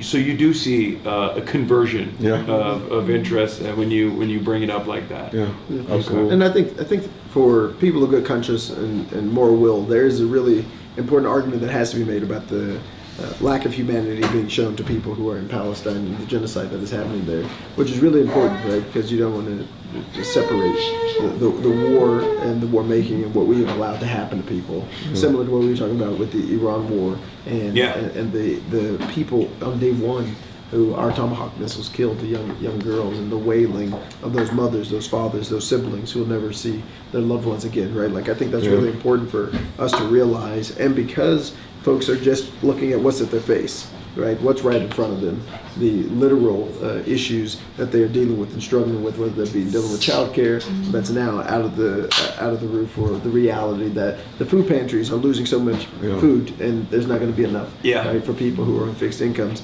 That the talking point that I just shared with people is right, similar to what Tupac said. You got billions of dollars for war, but no money to feed the poor. Like that is ultimately our problem as a country. It's misplaced priorities. It is not that there aren't enough resources. It's just that we don't care to give those resources to everyday working people. It's like we actually could have Medicare for all. We actually could make sure every school for every kid had all of the resources that they needed, and we could give all teachers a raise too, so that they get the dignity of work. My mom's a teacher, shout out to her, Dr. Mommy. Like, we could do all of the things that we are envisioning, but we have to want to have that vision that we're fighting for, which unfortunately people in our party have not presented. They said Project 2025 is so bad, but they never say, here's our Project 2025. Yeah. And so we reshaped a vision that people can first believe in, but second, we do have to fund it. And the funding is there. But instead of it going to us, instead of it going to lower costs, instead of it going to make sure you can send your kid to pre-K or provide pre-K for all kids, it is literally going to kill people. And the new thing is it's a military industrial congressional complex. As Congress is benefiting, and Congress people are benefiting immensely. Directly through stocks. That's it. It's the stocks and trades, man. Yeah. It's the stocks and trades. It's crazy. It's like, I'm against war, but you've got money in Raytheon. Yeah. Right? Like, don't, you unprincipled, lying person.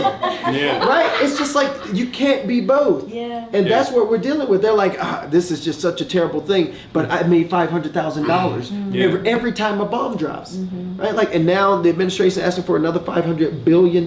Yeah. War making is the greatest, largest workforce development program this country has ever known. And all we saying is, let's have a federal jobs guarantee for people to do things that they're inspired to do, that they're motivated to do, that they're called to do, without having to live in poverty to do so. Imagine using all of that productive output for something valuable, like, I don't know, developing infrastructure in this country, rather than destroying what remains of the infrastructure in other countries. And it's not beneficial for, obviously, the people that live in the periphery. We're killing them and we're stealing their natural resources. But it's not beneficial for the trigger men and trigger women that go out there, because they fuck their lives up. And it's not beneficial for the average working class individual who doesn't even see the benefits of this. Not to say that it would be justifiable if the resources were distributed evenly, but they don't even see it at all. It's done for a smaller and smaller group of people who will maintain their profits, their super profits, become billionaires and maybe even a trillionaire at this point. And it's all held together by an unresponsive class of politicians that get unlimited amounts of money from the very same corporations whose interests that they place above the interests of the population. It's totally messed up. And I mean, seeing the way that you're getting attacked for simply wanting to chart a better future for people living in Denver, people living in Colorado, you get to understand exactly why there is no changes in Congress. You get to understand why the popularity of the Democratic Party is so low right now, at a time when the Democrats, as the supposed opposition party, are supposed to be automatically popular. And yet that hasn't happened. And there's a reason for that. Because most people say, we need something different. We need real fighters. Can I say this? The Democratic Party cannot continue to claim that they're the party of the people until we get our act together in terms of this corporate money, right?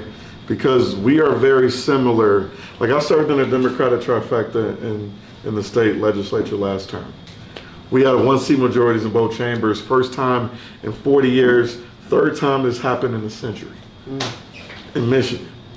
And we got a lot of things done, but we left a lot of things on the table because we let corporations literally buy our elected officials and hold our agenda hostage.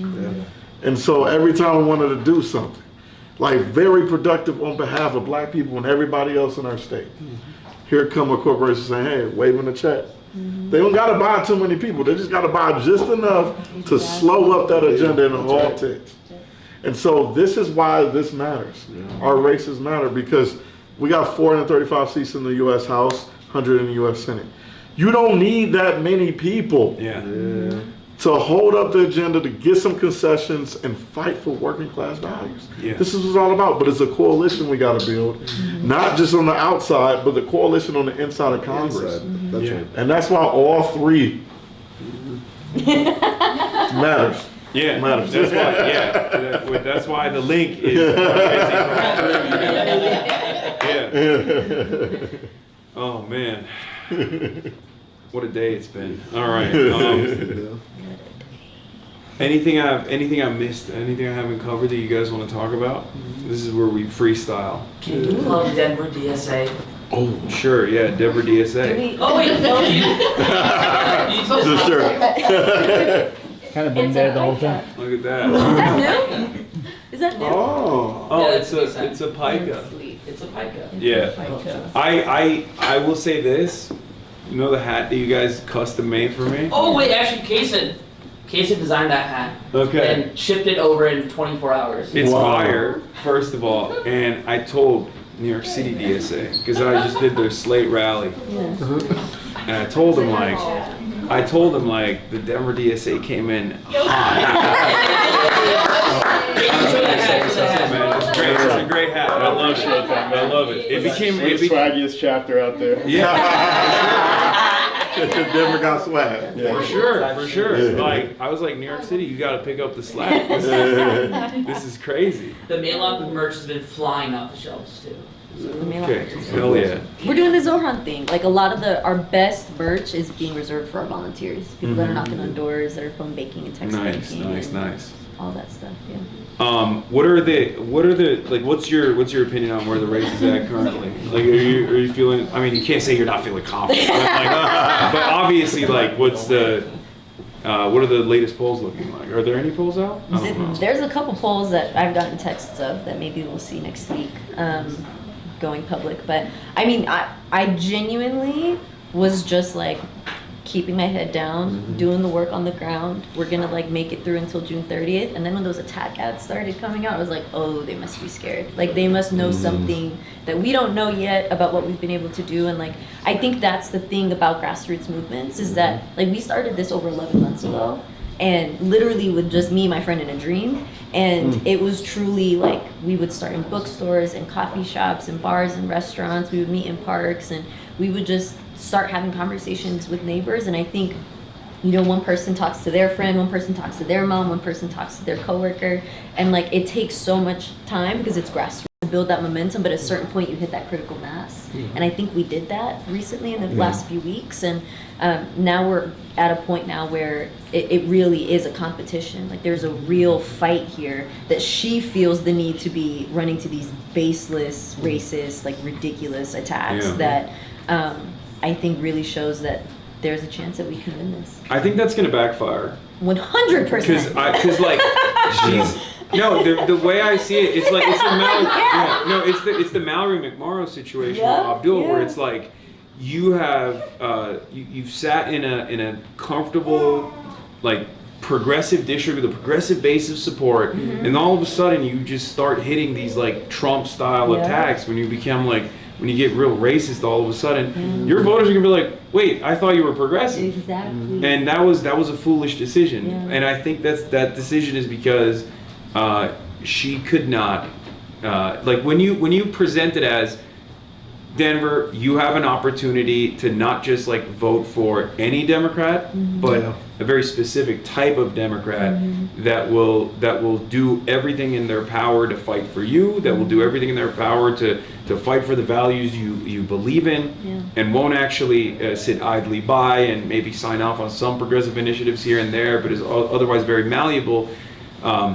That's a real threat.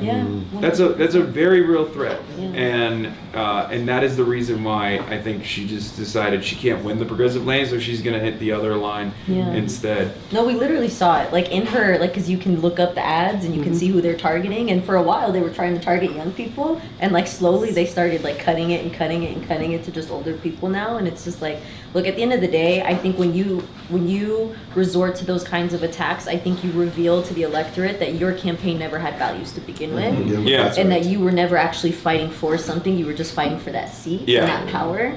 And you know, we're never gonna resort to that because I know our politics is based and rooted in compassion for everybody. I want to fight for housing and healthcare, and nutritional food, and public education, and transit, and all for every single person, regardless of what you believe, regardless of what party you belong to, regardless of what part of the city you live in. That's what we're actually trying to fight for, and you can't replicate that inauthentically, right? You can't try and steal that kind of momentum when it started from the grassroots up. And we've been doing this for 11 months, and we're going to take it home on June 30th. And I'm really proud of what we've been able to build.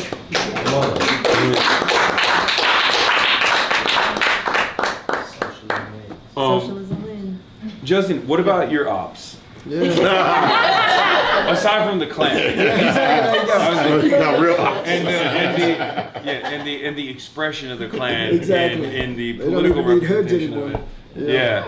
So who was your major opponent, and what's the biggest tea that you can give me about? Listen, his name's Brent Taylor.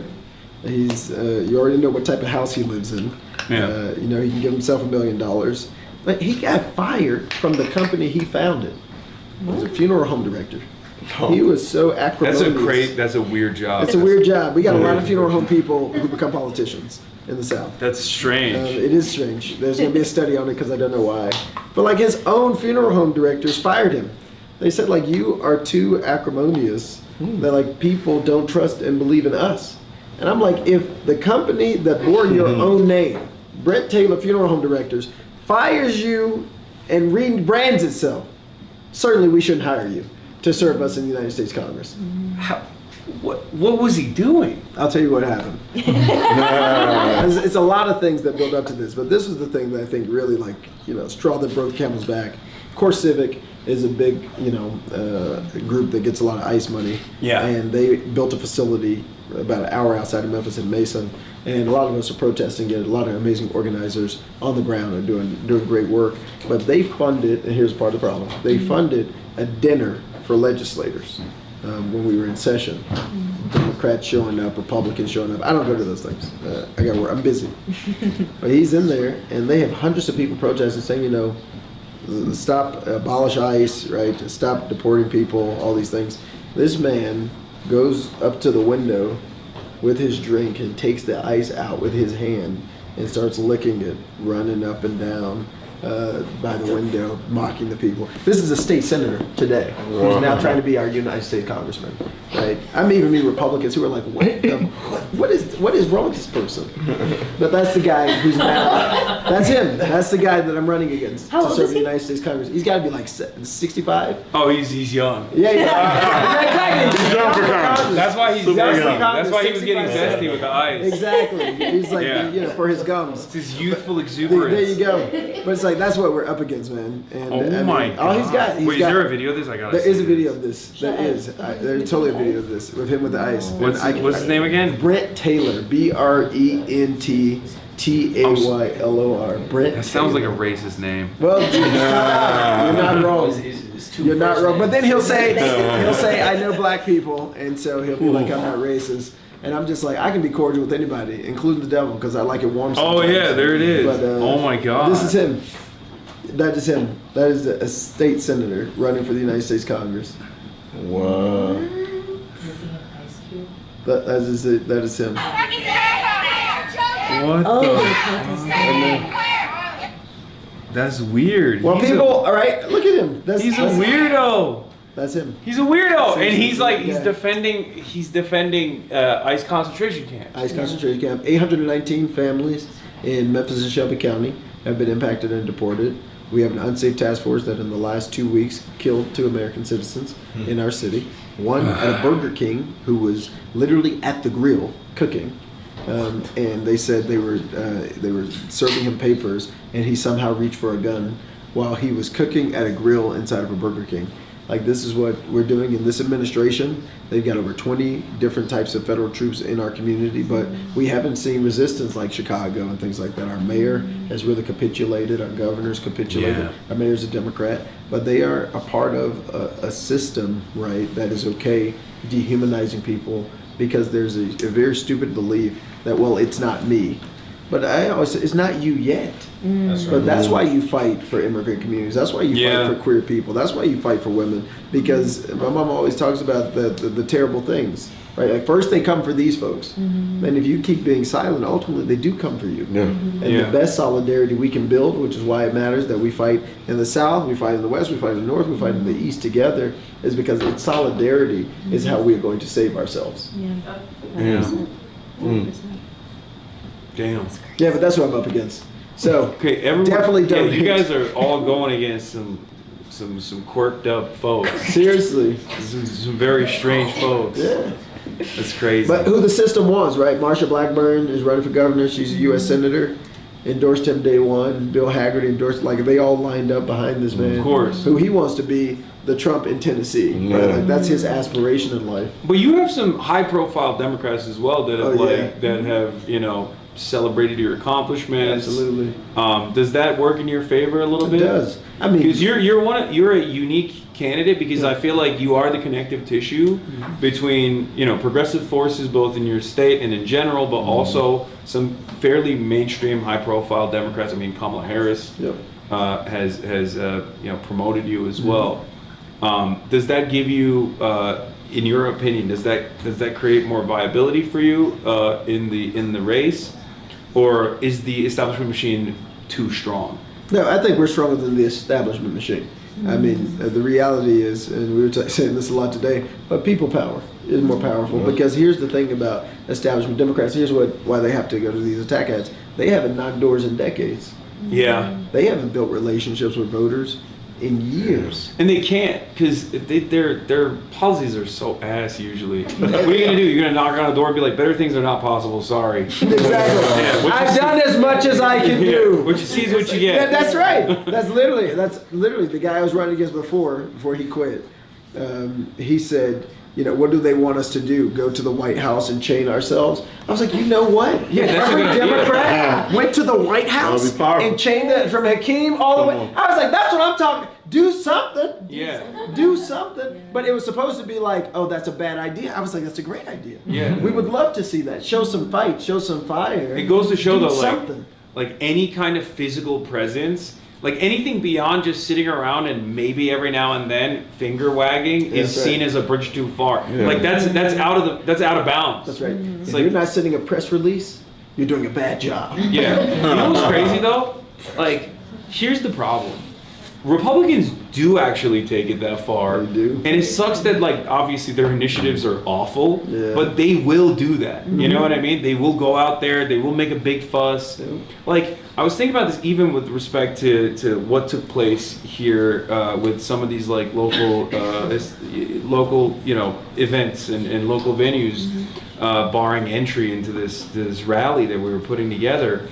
And, like, no matter how far right or odious someone's politics are, the entire Republican messaging machine would pounce on that and have pounced on it. Like, you have people who are unbelievably disruptive forces that are specifically going to college campuses to, like, dox trans students and stuff like that, to, like, actually harm students, right?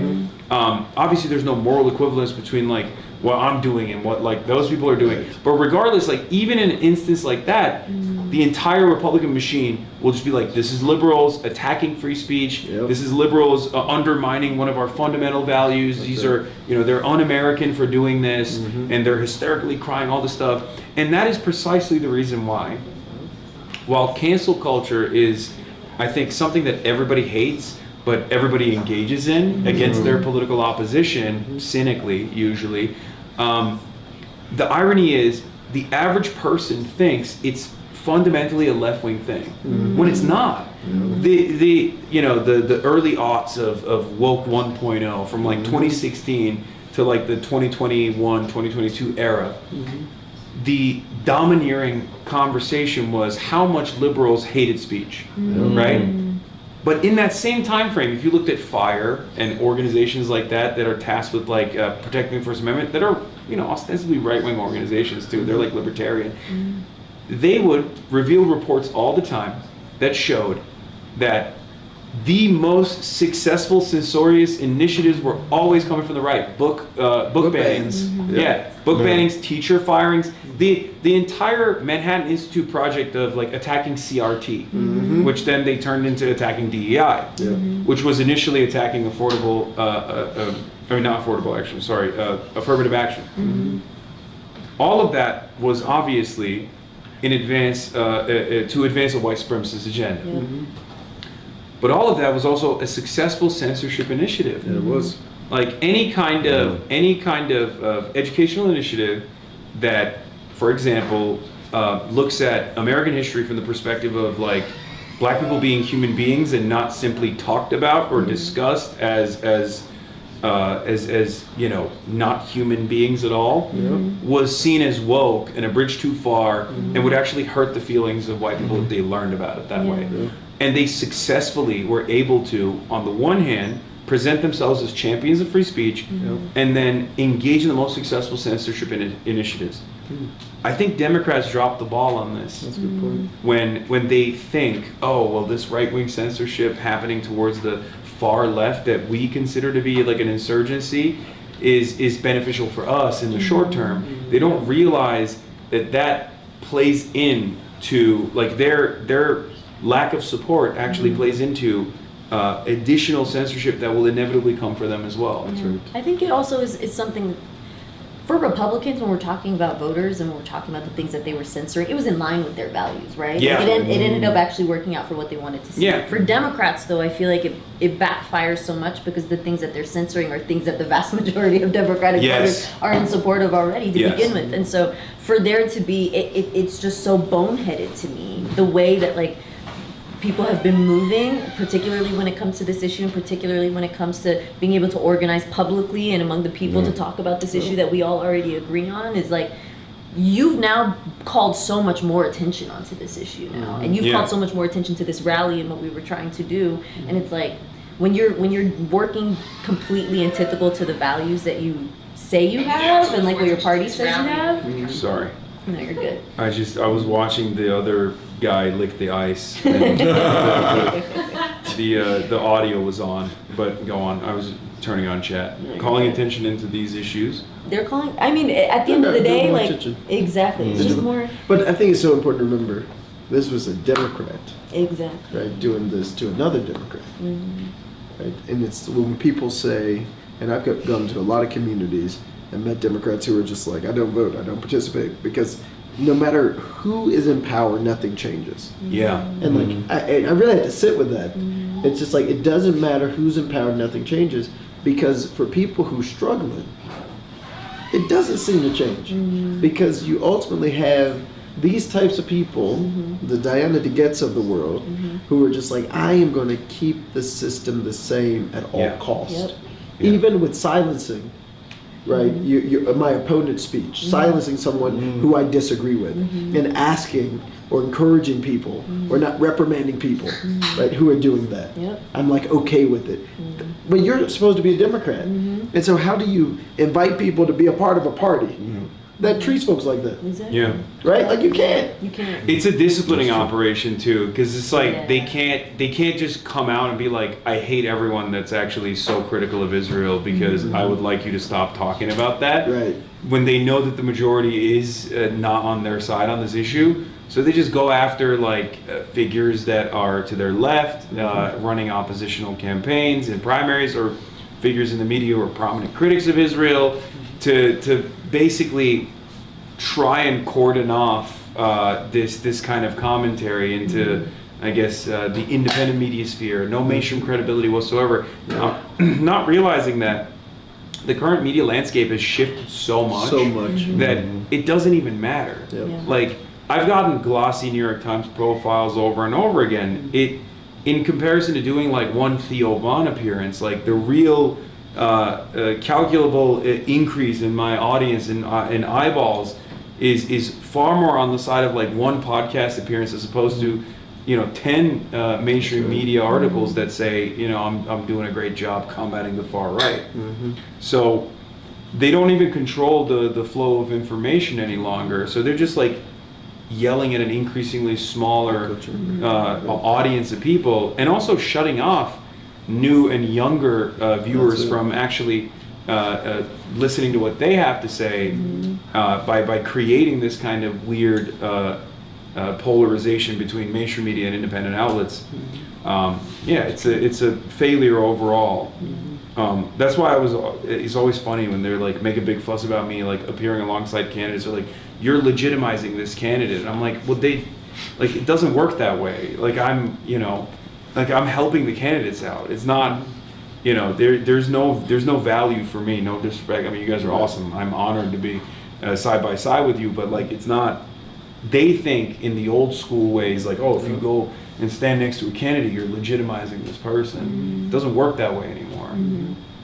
And the same thing goes for like the party giving you guys your flowers as well, where they're like, oh, don't focus on like, don't offer credibility to the left flank, because then the National Democratic Party will look a certain way in these red districts. Meanwhile, I think it's the success of insurgency candidacies that they fear the most. Because like, look at what they did to Zoran, right, in New York. He wins the primary, and Democrats, like prominent Democrats, establishment Democrats, were very shy about endorsing him. And some of them even openly pushed for a spoiler, Andrew Cuomo, a guy who had to resign in disgrace, right? And they did that not because they were fearful that Zoran was going to fail and then everyone was going to say, oh, Democrats are failures. They did that because he was going to succeed. And he has been succeeding, and his popularity's only grown. And now everyone's like, well, we want that too. Yeah, that's right. Exactly. Like there is an alternative. It's funny because one of the clips that went viral recently a few weeks ago from our forum was where I was talking about our job is to deliver. Our job is to actually be effective. And I think, again, to your point of like why they're so afraid of it, one of the things I talk about is like with Medicare for All, that's how we MAGA-proof our future. Like if Democrats were actually serious about addressing the conditions that led to somebody like Trump rising to power, then they would be talking about something like Medicare for All, which would make an immediate and material difference for working people and people's lives, would save tens of thousands of people who die from not having health insurance, who would save hundreds of thousands of people who suffer from medical bankruptcy every single year. And it's like, we do that in the next, because what, we're going to take back the House, we're going to take back the Senate, we'll take back the White House in 28, we'll have a trifecta. But if we don't do something with that trifecta, 2032 comes around, Lord knows who it is that tries to take up Trump's mantle. I mean, this is kind of what happened with Joe Biden. Exactly. Like, you know, this is what happened with Joe Biden, where it was like, he had some great initiatives, especially early on, but that agenda was thwarted by other Democrats. And it was so frustrating to watch that unfold, because I was like, what, like, the conversation then shifts into chaos within the ranks of the Democratic Party when it's the Republicans that are opposing every part of this agenda. But because the Democrats are so used to right-wing spoilers within their own party, and get so frustrated if it's like AOC ever chiming in a negative way, or anyone to the left chiming in, they make a big fuss about it. But if it's Joe Manchin, they're like, well, what are you going to do? He can't, we have to caucus with him, and we have to abide by his wishes. And Kirsten Sinema is another great example of this, where like, the Democrats in general are very welcoming of right-wing spoilers within their own party, this rotating villain structure, not realizing, I think, or maybe realizing it, I don't know, that this rotating villain creates this environment where they're judged as a national party by their weakest members. Weakest links. They're judged by, as a national party, by these spoilers that actually stop this kind of agenda from advancing.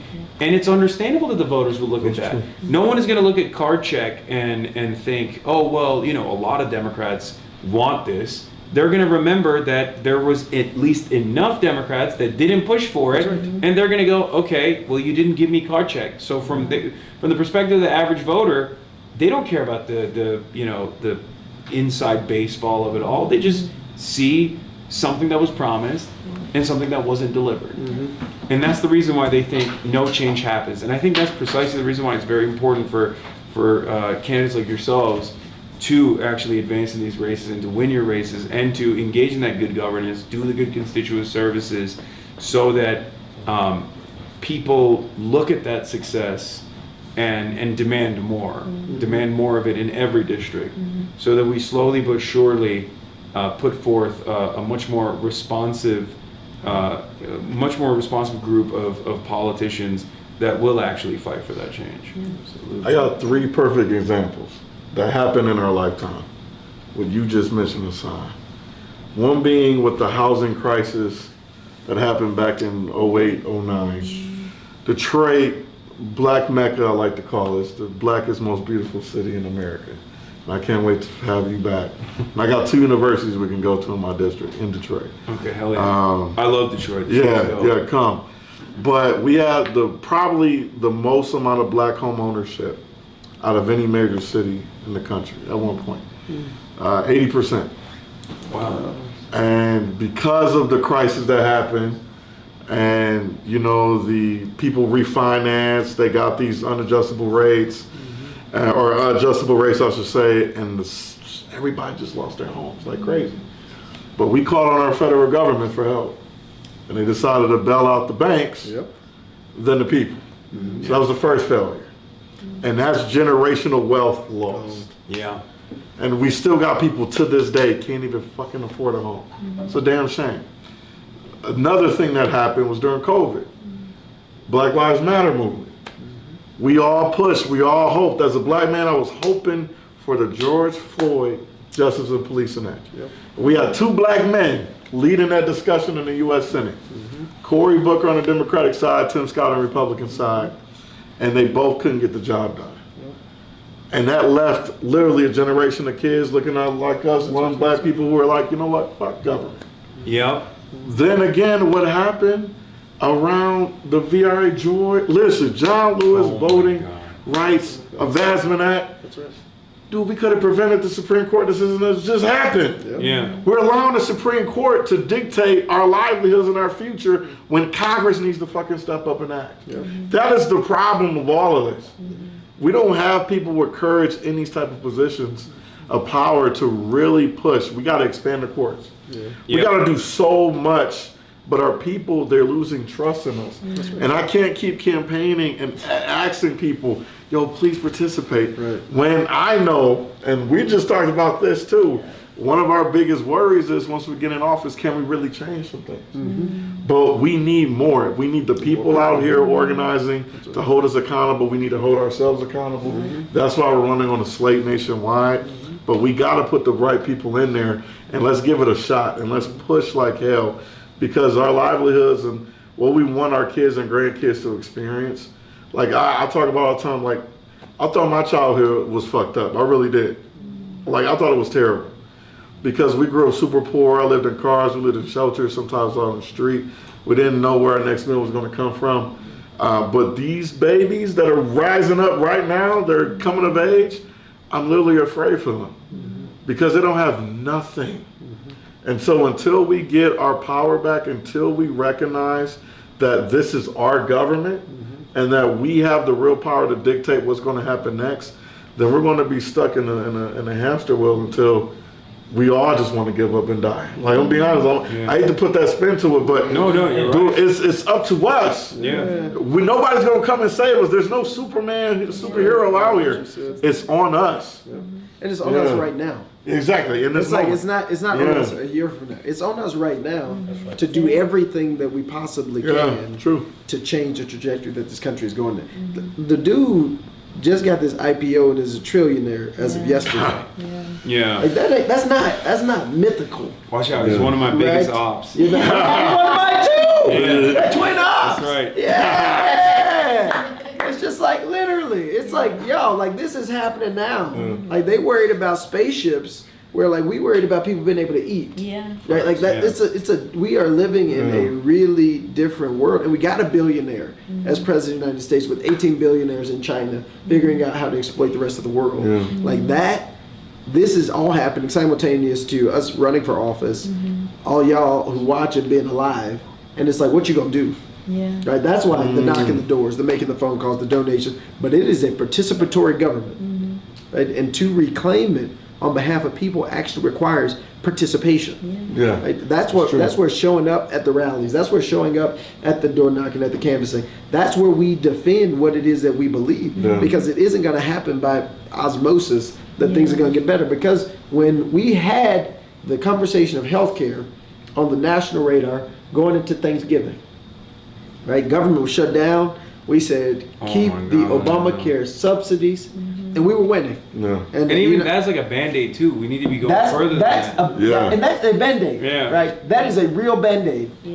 And somehow 7 Democrats quit. There's always And none of them were for re-election. And none of them were for re-election. Or they were retiring. But watch what boards they serve on.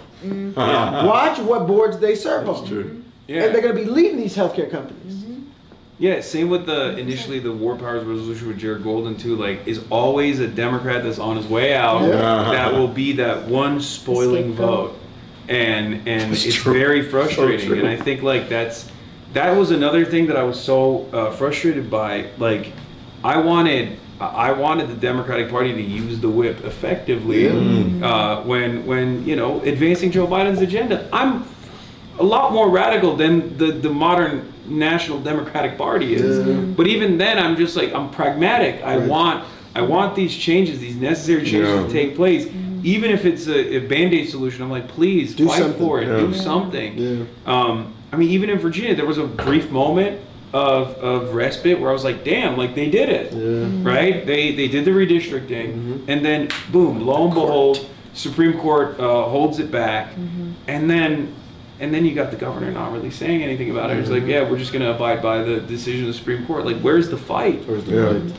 You know? And that's what people want. People want to fight. Yeah. Because we're in a fight for our lives. Exactly. And it's like, you're trying to tell us we're not. Yeah. Like, everything's going to get back to when, President Obama was president. And it's like, one, I'm not trying to go back to that. We are trying to get something better for our future. But just be honest. Things are bad right now. Exactly. Things are bad for the overwhelming majority of people who are living paycheck to paycheck. Like, for real, like, you miss a paycheck, you can't pay a mortgage, you will not have rent, right? Like, I met a lady in Pulaski, she said, I make $10 an hour, and I could not afford the rent. That's $800 a month, and I have 3 kids. I have 2 kids that are both autistic. That's her real life, her real lived experience. And she's like, where is my help when the federal government continues to cut SNAP benefits? Where is my help when the minimum wage is $7.25 in the state of Tennessee and the United States of America? They're like, where's the help? And we're being told, like, it may get better, right? Like, just keep praying about it. And the Democrats get power. Like, that's the thing. You can't have bought and paid for Democrats. You got to have people who are unbought, right? Like, that's why it's so important, because you have to be able to hold your principles and hold the line all the way to the end. Exactly. All the way to the end. Because it's also important to talk about, it's not that it's just bad, it's rigged. It's rigged. Right? It's rigged. Like, that's It is the rigged. thing that, like, That's right. flips a lot of other That's people so when I'm true. talking to them that are, because we got 50% of voters in Colorado are unaffiliated. Oh, yeah. Right? Oh. And over 70% of our unaffiliated voters, they did it on purpose. It's not like they just moved here and it was by chance. They purposely do not want to associate with the political party. Yeah.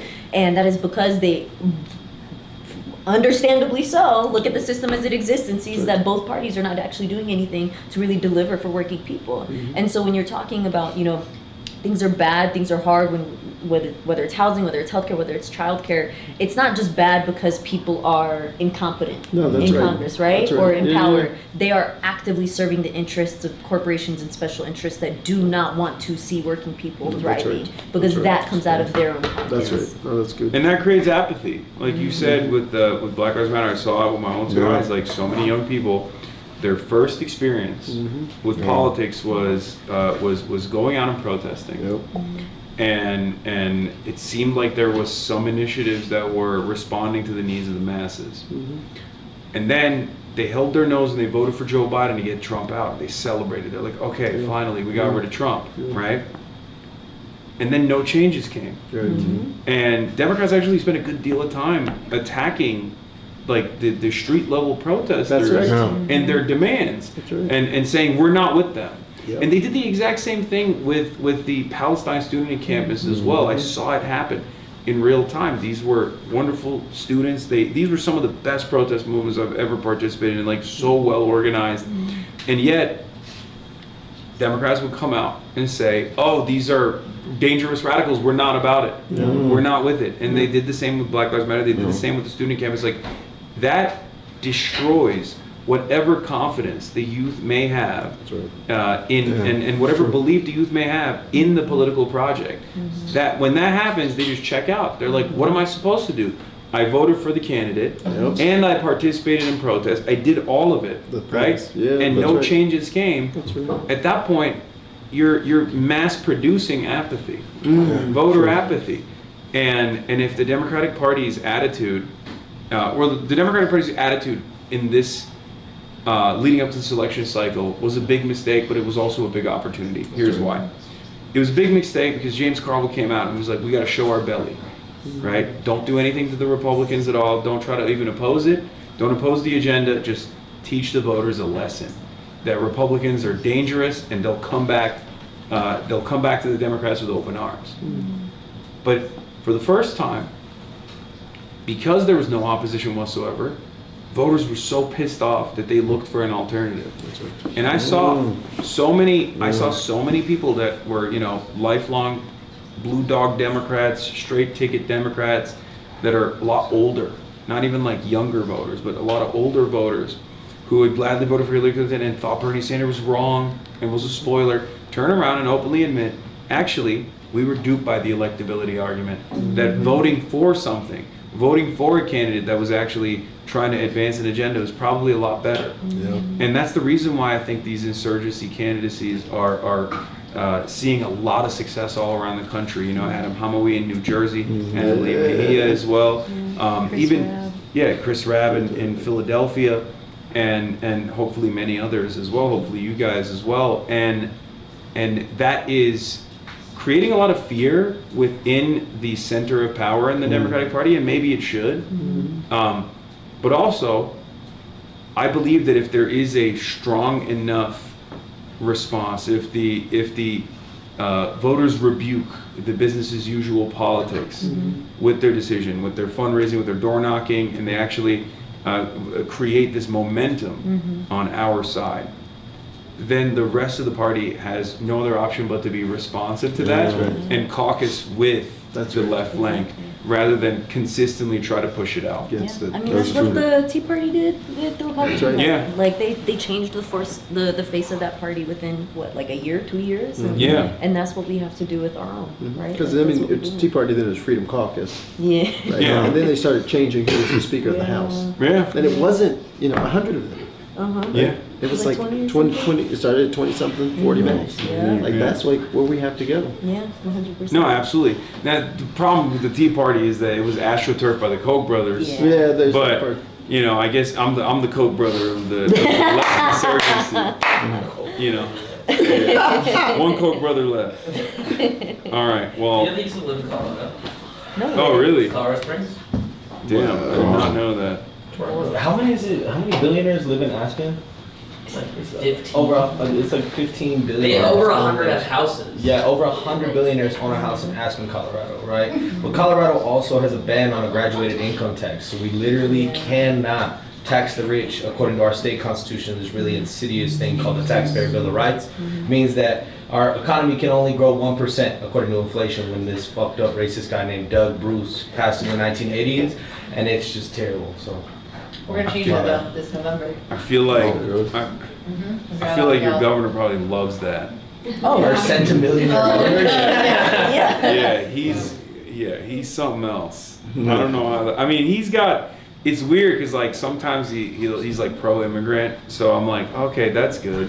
But then also at the same time he's like not pro-immigrant enough, and he's like allowed ICE into. He repealed my bill that would have let us do ICE agents or vetoed it. So I think he also cheered them on and wanted them to come. Well, he's pro RFK Jr. That was strange. That was weird. He didn't have to do that, and then he pardoning the criminal.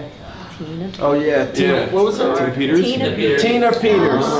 Why are we doing that? Why is it always the Democrats that want to reach across the aisle?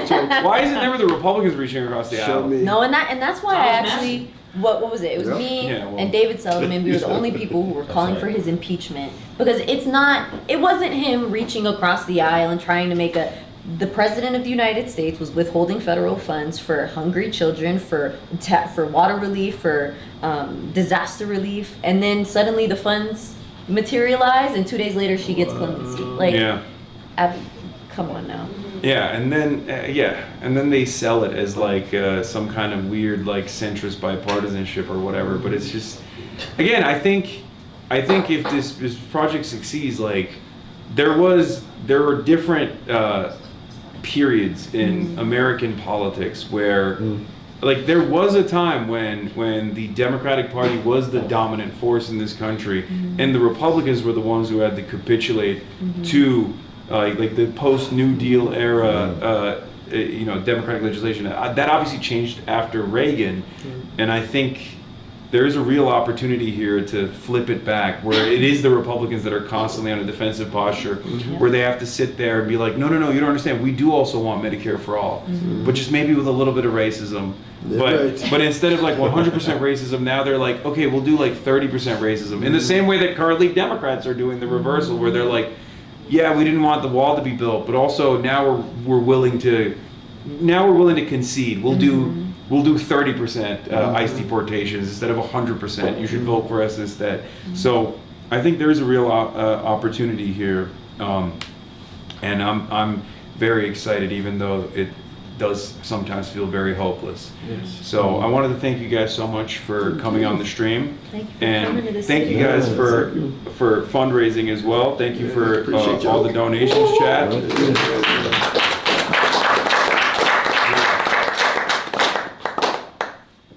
Okay, and I'll be back in home base tomorrow, as always, back in Los Angeles after a stint in New York. But yeah, do you guys have any parting words that you want to go off with?